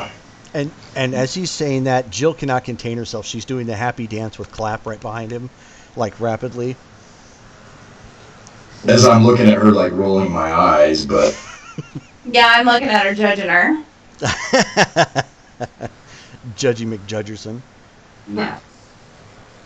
So Way to she be professional, Jill. grabs like paper from a printer real quick, runs up and says, "I'm a fan. I'm a girl. Please sign my autograph." And just like shoves it in her face, sort of thing. I'm a fan, I'm a girl. let's see, obvious point one, obvious point two. And so, she laughs and just signs it. She's like, "Here, it's fine.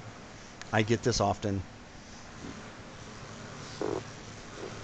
And in the meantime, has the business been concluded? Are we okay?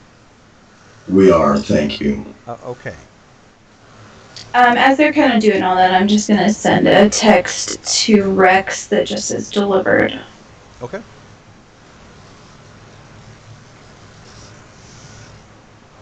A text comes back to you and it says, "Enjoying Sarah," and it has a little devil emoji. And I'm gonna text him back and say that yes, one of us is. So with that, then if there's nothing else there, she concludes the business deal, goes into look at Tevin and monitor his vitals and whatnot. And you guys go down to the parking structure at the very bottom, and there is, the vehicle is there. It's a part of their motor pool of sorts of cars that they particularly have access to. So it's clean. It's got a kind of a new car smell on the inside of it, even though it isn't a new car. It's been detailed and it's not dirty. It looks actually pretty nice. I'm Is it- gonna. Is it armored? No, it is not. Right. No, it's similar to the car you guys just had. There's no special gadgetry or anything of that nature. Right. But when she said black and blue,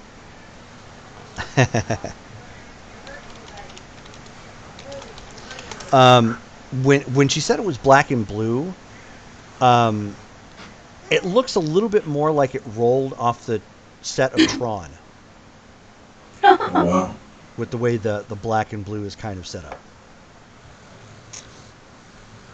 I'm going to give Jill the address for that office downtown, and I'm going to tell her that we have a very short amount of time to make it in, but that she needs to be less obvious than our drive over so that we don't attract police attention. Aye, Captain. So she jumps into the front seat and heads on out. She doesn't speed through, but she does aggressively drive. So if the light is trying to turn on her or something, she guns it so she gets through. If somebody is driving the speed limit, she will speed up to get around them. So she's traveling at a decent clip, and aggressively, but not like just flying all over the place, going up on curbs and cutting corners really hard and whatnot. As she's driving, I'm gonna kind of turn to talk to Meredith and Mac. I can't remember what we told the DA and what we didn't tell him. I Do you guys wasn't involved in remember? those conversations.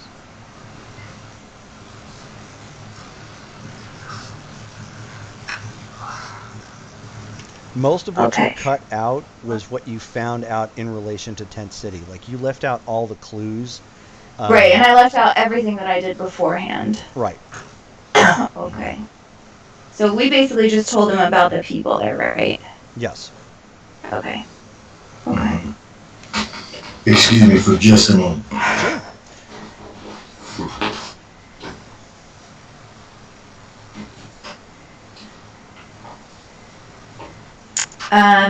As we're driving, I'm also going to send a text to Dane and let him know that that delivery was made and that we're moving on to the next job of the day.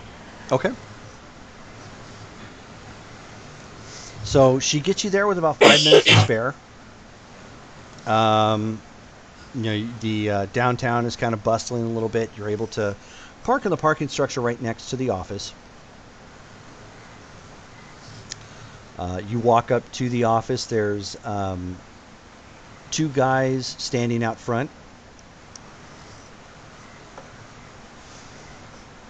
Similar dressed. Right. They're all like just, in suits and ties and some obvious this like- cyberware. Is this like normal security?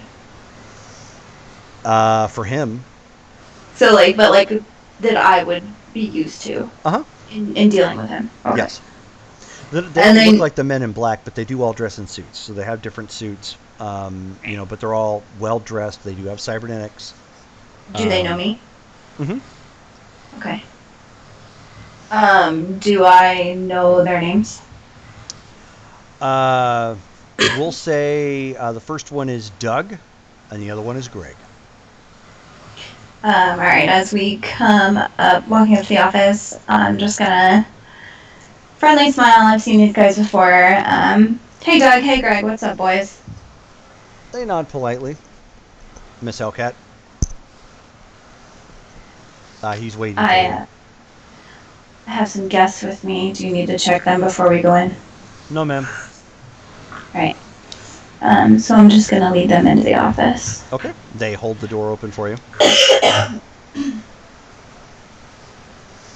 And you walk in, and Mr. Ravenswood sitting at a desk. The office is clearly used for other means. Like it looks like it's supposed to be, a business office of some kind. It just isn't utilized. So there's just a lot of stuff here that gives the impression that somebody does office work here, but it's really only for meetings. So I'm gonna As he's sitting at the desk itself. approach him immediately and offer my hand and just greet him. Okay. He extends his hand. Miss Hellcat. I'm sorry, I haven't met your acquaintances yet. Yeah, let me introduce some of my team. This is Meredith. She's our med tech. This is Mac. This is the DA. Yeah. Okay. This is Mac. He's security. And this is Jill. She's my driver. You know, she waves and just kind of stands behind everybody. He says, "All right, so now that we're all acquainted, I am Mr. Ravenswood. I'm the district attorney here in Phoenix. I use individuals such as Hellcat and Locke on occasion to get things that need to get done. And with that, Hellcat, I hope you have an update for me." So I have a little more than an update. I guess I should start by apologizing because the last time we spoke, I didn't give you all of the information that we had. We had discussed things as a team, and we're trying to wait until we had more solid leads. And All right. between now and then, some of that's come up, but of course, so have more questions. So, without having to explain the whole thing, I'm just gonna explain to him the job I did for Dane without naming names, and just give kind of a rundown of the things that we encountered on that. Mm-hmm. And then explain the things going on at Tent City that line up with that, as Okay. well as some of the other odd occurrences we've dealt with, like the apartment and things like that. All right. I do wish you had come forward with this a little bit earlier. Might have made some of this easier to take. But you're saying that the incidents in Tent City, the homeless individuals that are coming into town, are somehow related to this lab that you raided for this Dane person, correct? I believe so. I believe that the people are being brought in under false pretenses. I know that a majority have come in due to ads for a sleep study, which goes along with that case I had. And I do know that somewhere within all of this, there are ties into the police department. Which matches what I indicated to you in the first place. At least that was my worry, which would make sense. So we did some research into this Reconquista LLC. Mm-hmm. What I do know is the advertisements that they had been showing are no longer available. Right. They stopped shortly after I assigned you and Locke to that particular task. That's So- what I heard from the questions that I've asked around. So that leads me to believe that, I mean, I know that they're interconnected. You've established that much. But I think what happened is somebody made a mistake. Perhaps they oversaturated the market for advertisements, which is why we're seeing this large uptick of people showing up to town, and it's creating, obviously, a public health concern. Right. Now, what I do think is related, and he slides out a flimsy scream sheet that actually has Meredith's face on it.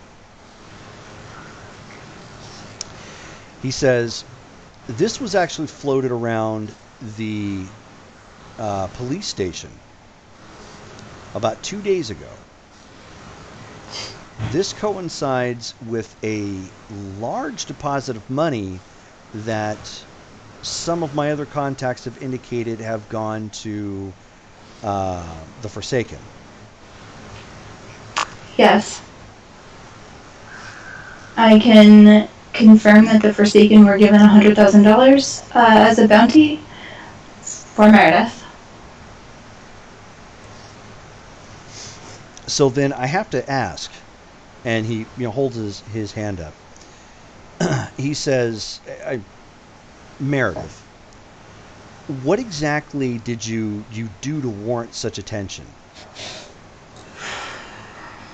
I didn't do anything. I was in the wrong place at the wrong time.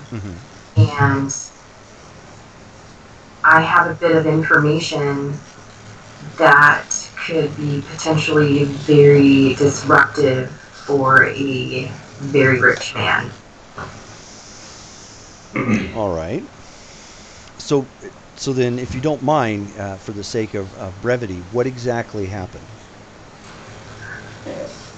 In Night City, I worked for Biomedica. Clones being produced for transplantation purposes, etc. One of those clones wasn't sentient. She was awake. She was a girl begging for help.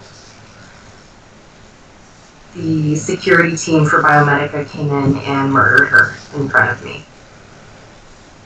Ever since then, I have been on the run because the CEO for this company is going to kill me. He has a bounty. I'm certain he's the one that placed the bounty on my head. All right. Kind of on the heels of that, I'm also going to let him know that we are currently dealing with a clone issue of our own. And just kind of explain to him the situation with Dane still being at work, even though he's in my garage. And his apartment having clothes and boots stolen. Interesting. Okay. So, and he pulls out a another. This one isn't like a scream sheet like a normal news, cast or whatnot, but it is a data printing of information that was. Think of it kind of like just a regular print from a paper, but it's flimsy, electronic, looks something like you'd see from Star Wars, but basically it's just something that they printed. And he slides it over to you and he says, so if you take a look, I was interested in this outbreak thing and then why exactly there was such a large transaction of money. You'll find that there is a shell company that actually owns this Reconquista LLC. This particular shell company, he points on the sheet itself, he says, is owned by Biomedica. Fuck. That makes sense. So I think what happened, if I'm just, again, speaking out loud, somebody got wind of you being out here, and they are attempting to deal with you, if you could say such, without being directly exposed. Yeah. We have a deal currently with the Forsaken that if we could pay the bounty, that they would drop off. And I've been told by a few of the other booster gangs who were given the offer that they will not partake. But that doesn't rule out everyone in town, and we're still $10,000 short on that bounty. So you've actually amassed that much wealth to effectively pay them off? I'm surprised that the Forsaken are even talking to you. How did that come about? We have a fourth team member who got very friendly in his conversation, apparently. He's the one not currently present. That would be Locke. Lock. Yes. I see my Big recall mouth. now. Okay. But Well, yes, can't do anything about that now. Um,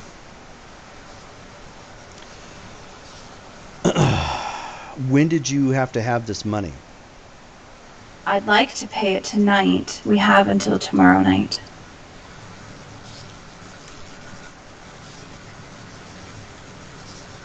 And you're certain that they are not going to work with the corporate types? I'm not certain of anything. I wasn't at the meet, so I wasn't a part of the negotiation. All I right. can only go off of what Locke did. That's fair enough. Do you, Meredith, do you have any corroborating evidence of this? I don't. I don't have any proof other than what I saw.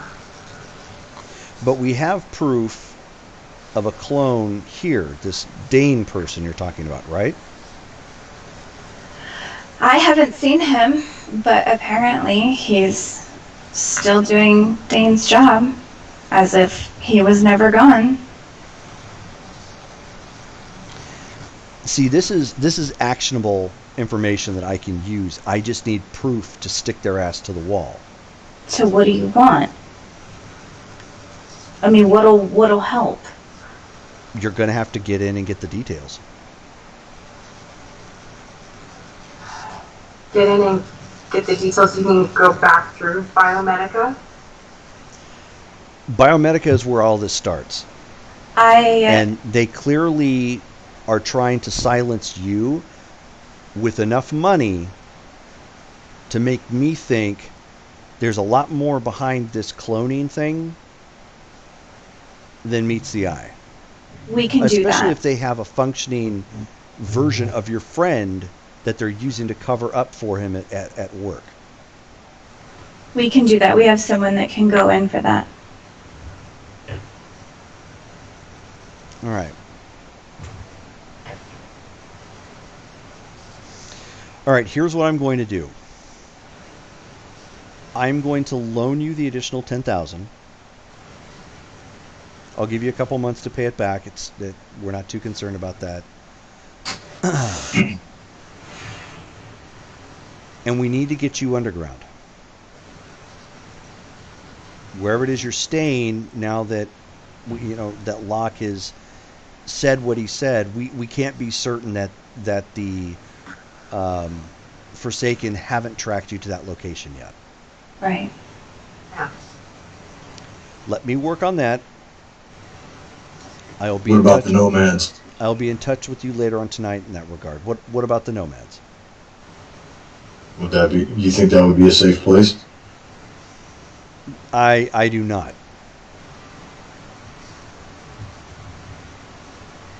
Your nomadic pack at this point has drawn enough attention that the police have been watching it. How so? If you don't mind asking.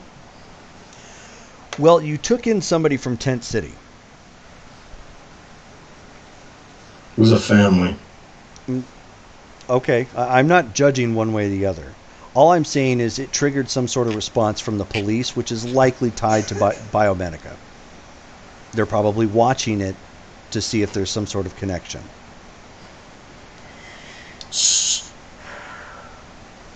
So me taking in a family from Tent City who came here from the east that did not necessarily fulfill the requirements of them seeking this job posting, Mm-hmm. this job posting, Right. has now been alerted to the police.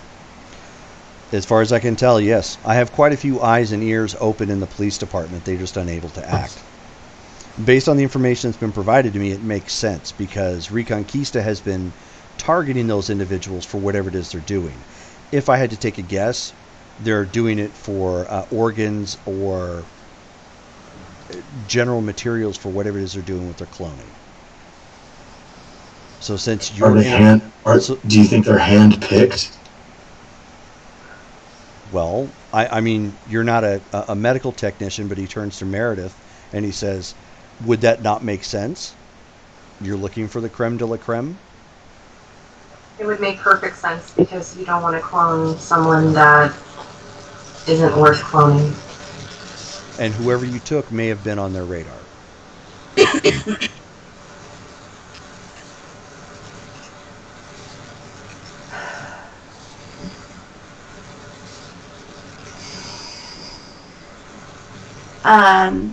As far as getting Meredith underground, what is that going to entail? And what access to her will we have? You'll still have access to her. I'm not going to separate her from your team. I'm just going to ensure that whatever fake identifications that may have been generated for her look a little bit more solid. And I'm also going to start trying to find you a different location to base your operations out of. Well, that's good. We were ready to move house anyway. About time. I'm going to take a second, since he's going to be looking for a location for us that he considers and deems safe, to let him know the type of place we're looking for and how many people we have. Okay. And just the fact that if it's going to be a move within the next day or so, which it kind of sounds like, that we still have Dane essentially on medical assistance. Right. Okay. Yeah, he takes all that down. He does say, Mac, if I understand it correctly, you're somebody important to your clan, right? I can speak for them, yes. Okay. So then take this back to your clan leaders. Obviously, you're going to want to delineate my direct involvement, because to do so is going to tip your hand and all of our hands, and you don't want that right now. But if your clan can, please see about discreetly assisting these citizens of Tent City as best they can. I will try and supply you with third-party goods and medical supplies as best I can through nonprofits. I would need your clan to drive them, basically to deliver them, and ensure that they're dispersed correctly. Because my biggest concern at this point is that whole thing is a major health hazard. Absolutely. And if their conditions don't improve, that sort of thing is going to start rolling into the city. Well, I don't have many, if any, skilled med techs other than what is in my immediate clan that I can't really afford very little, if any at all, to aid. That would be something that I would definitely need some help with. I'm gonna pipe up real quick. Mr. Ravenswood, we have in our possession one of their modified Hummer vans that they've been using to take people from there, but it was from the South Mountain location. It's been wiped for any sort of bug. However, if we were to be able to trade that for a regular medical vehicle, I'm sure we could make a trip out to follow up. But we can't take that out. It'll just scare these people. But you might be able to get some sort of information off of it. Maybe. Potentially. Maybe also, if we could have some uniforms, we could do some of the footwork ourselves, but as long as we don't look like ourselves, to a point. Okay. I think we can work a deal out with something like that. I can definitely get I mean, it's not terribly difficult to come across Navy 4. So what you're saying is you need it set up like a trauma unit, then, correct? Yes. Okay. Absolutely, with a little bit of storage, or maybe even a first aid trailer. That way we can take various food supplies, medical supplies, and whatnot. Well, unfortunately, AV4 is not really good for that sort of thing, to the best of my knowledge, as it's primarily there for ambulance purposes, so medical. We can definitely set up that. We would need your nomadic pack, however, to ensure that the supplies were dropped off and protected getting there, because we don't want anybody stealing them and selling them out on the black market. I have one condition. I will help you with this, and I understand it helps all of us in our entirety. But my pack is also going to wonder what's in it for them. I would like, and I don't mean to the extent of major crimes, I'm not for that, but I also would like to have a little bit of a blind eye turned by the police, if possible. And if there is anything that you may hear that may be detrimental to the safety or well-being of my clan, then let me know. And I will do what I can to help you in whatever ways possible. I think we can arrange something like that. I think we could start that off by judiciously marking the territory off that they have currently squatted on as a relocation zone. Reservation would be just fine, too. That would be difficult to pass. We do have a lot of tribal members. That's If we could be understandable, established as a reservation once again, I think that may have a little bit more personal feel and may actually go a little ways with my clan. for now, that's the best I can do. Reservations are something that's handled on the federal level, so we'd have to actually take it up to the government at that point. On the local Yes. level, we can probably do something like this, so that way at least it grants you the right to be there without being harassed. Very well. Also, I do have one question. 2 of my clan have come up missing. Have you heard anything scuttlebutt-wise around the city, around your sources that have heard of anything like that?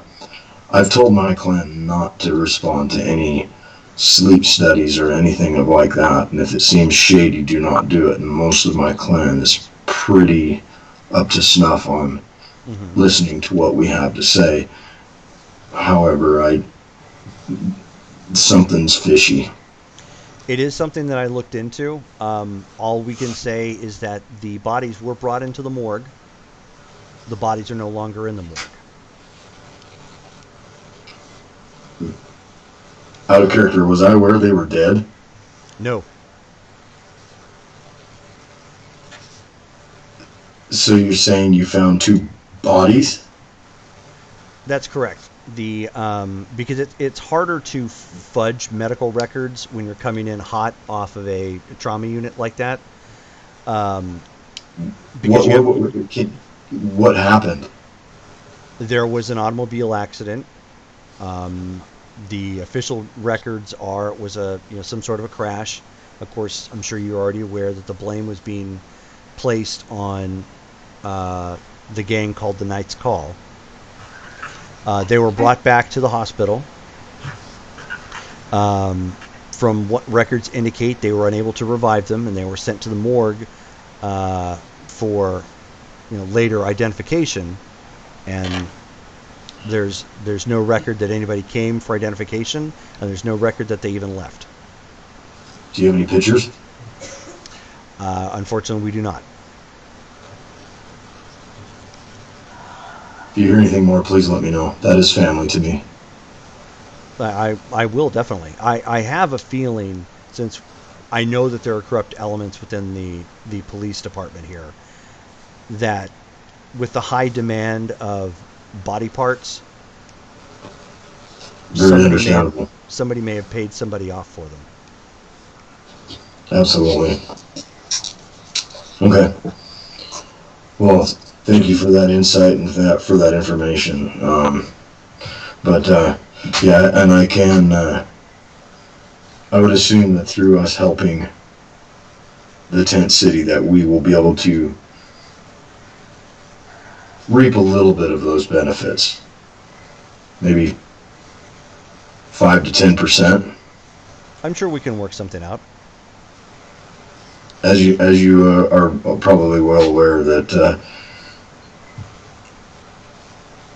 we're not exactly the most wealthy, and we can't afford a lot, and so any little bit helps.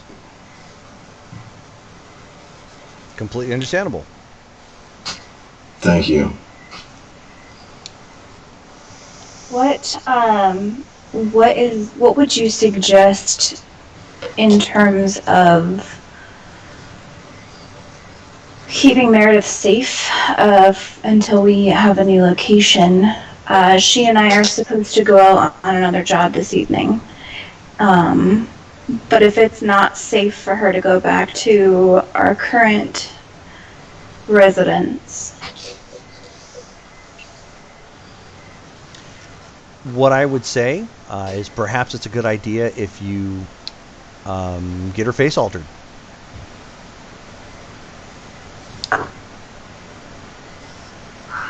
We're gonna need money to do that.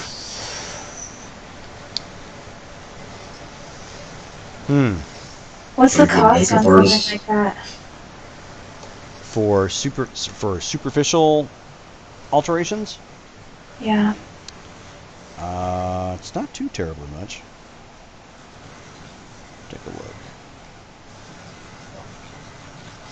Those are weapons. We don't need her face looking like a gun. Eyeball No. lasers. Unless I want my face to look like She's like, my name is Taserface. that.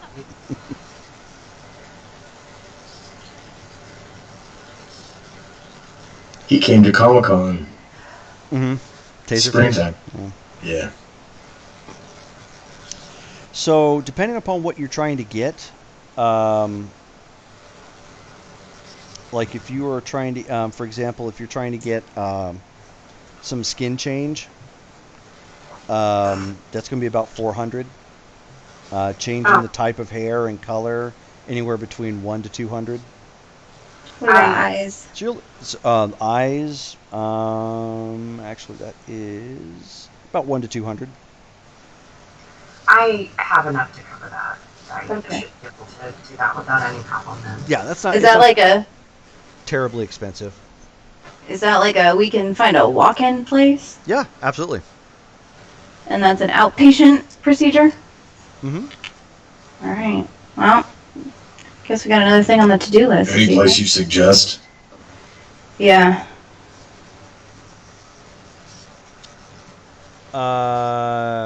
Well, I would Somewhere that they're not going to ask a lot of questions. No, I understand.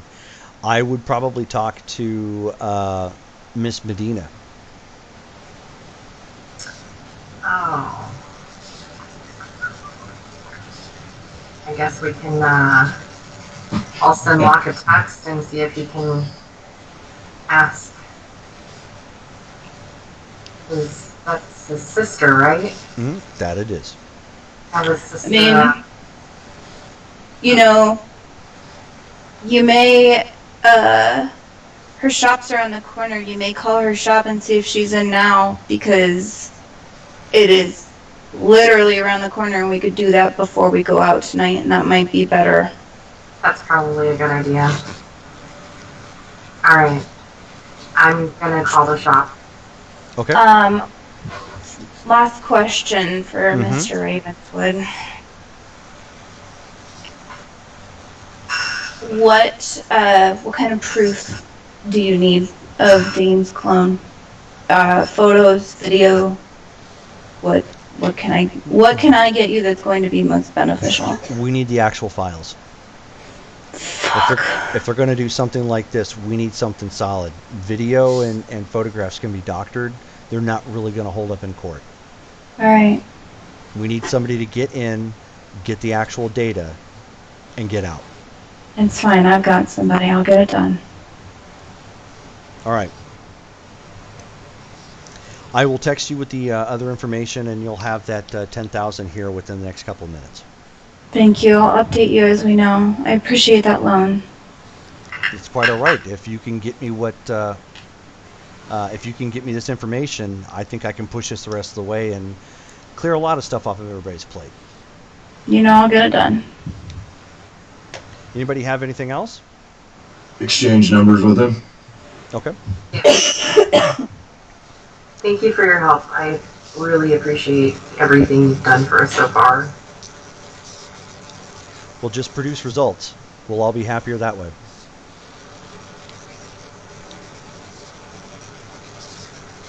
So travel safe, and I hope Miss Medina can help you out. Thank you. And with that, he steps out first and heads out with his guards. On our way out, I'm going to go ahead and start calling Medina.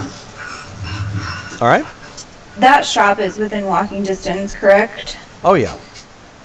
Like, it's easier to walk there than to try and get the car out, right? Oh, yeah. Yeah, it would be. Alright, I'm gonna tell her to pull her hood up and we're just gonna start walking that way. Okay. So you walk over to her shop, and she's got, her friend is, in the back, working on somebody currently. Be with you in a second.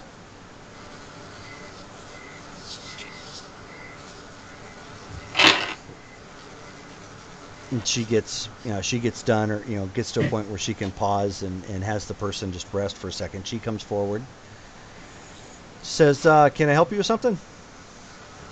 Hey, Locke's sister, right? No, she is in the back. Were you looking for Funky Cold?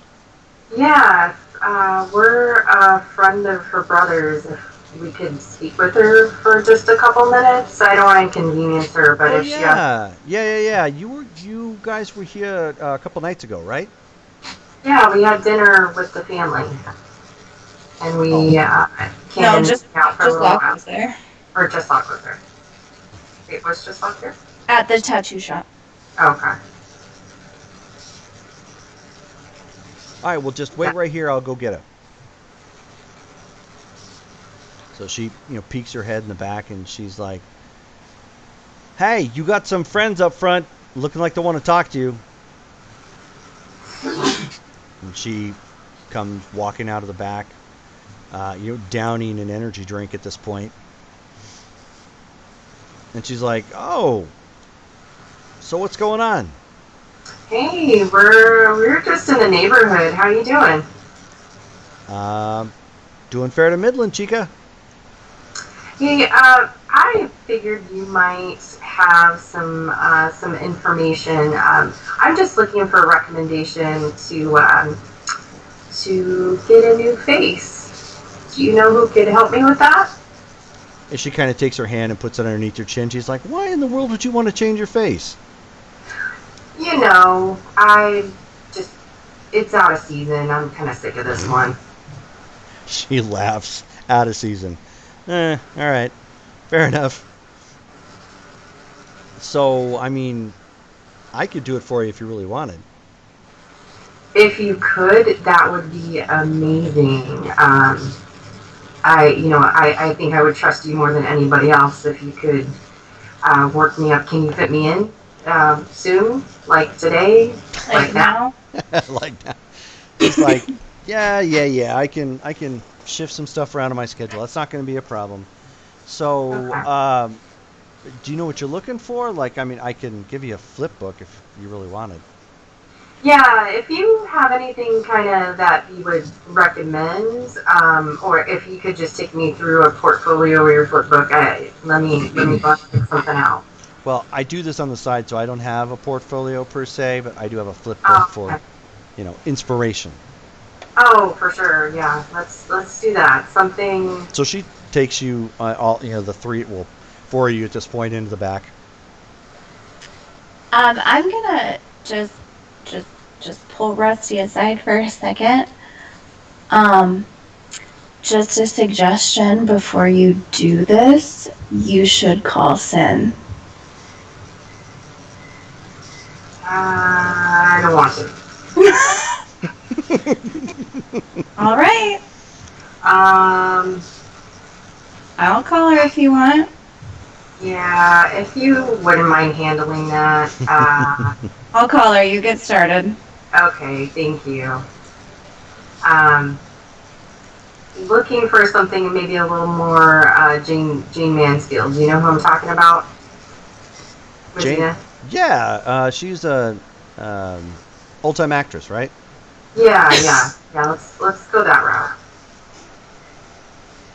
Sure, I can interest you in the Madonna. Nah, I'll pass on Madonna. The face. She's like, come on, Vogue. It's like, all right, we can do something like that. So before I do this, so what were you looking? Change of eye color, change hair color, hair type. I mean, what sort of looks were you looking for? Really, just everything. Yeah, everything. Let's go blue eyes. Let's go black hair, maybe a little bit longer. Can we do that? Yeah, we can do it. That's all pretty easy. You got All right. like 2 or 3 hours to spare? Yeah, I mean, let's just get it all done at once. Okay. So, because I should probably charge you more because your friend's my brother. He's a total shithead. Can you put it on his tab? Yeah, put it on his tab. Right. Yeah, that'll go over well. I probably should. Anyway. No. So how's 900 sit with you? That'll work. Okay. All right. So just lay back.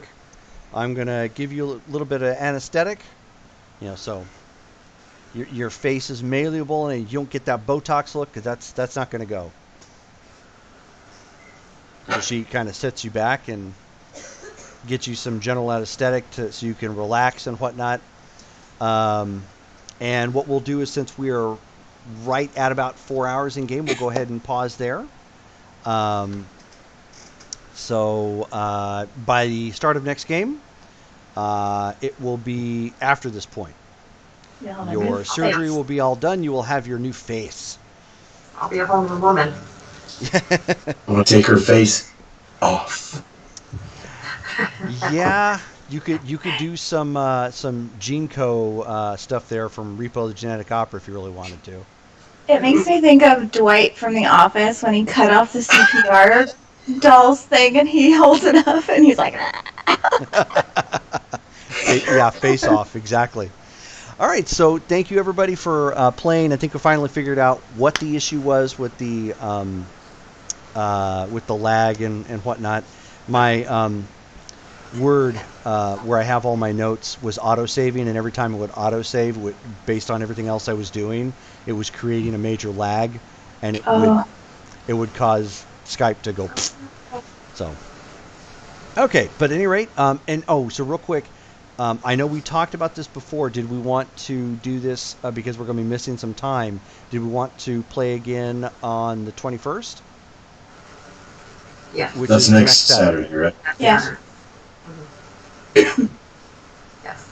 Because we're going to be missing, we would be missing the 28th, and I think there was an issue with the 5th as well of October, right? Yes, I believe so. Yeah, because the 28th, I'm out of town. It's probably good that we skip anyway because I don't think we're going to be able to do anything again until like the 12th. Yeah, like mid-October. Yeah, because then the 19th we're all busy. Yeah. Okay. So cool. So then I'll put out the advertisements and whatnot, but we will be back on again on the 21st, and then when we figure out our brief little hiatus and get back on schedule, we'll let everybody know then too. So thank you all for watching. I had a great time. Once we got past the technical difficulties, everything looked a lot better, I think. We will see you guys on the 21st. I hope I will be able to make it. You hope. Yes. Well, I mean, if not, we can still figure stuff out and whatnot. So. Yeah, I just realized I might have something going on. I don't know. Either that or I might be able to come in late. I don't know. Sure, that's fine. No I worries. might log on late or something. That's okay. We have installs to take care of anyway. So We got installs, and I can always pawned off as setting up deliveries to the tent city. Yeah, Yep. that's true. So Yeah, and I just remembered that too since Doomblade threw that out there that Mariska Hargitay is related to her. I remember when I found that trailer, I was like, oh, score, because she's hot. All right, so thank you all for watching and thank you all for playing, and I'll of course be available online if anybody needs me. So take it easy, guys. Sounds good. hasta. Good night.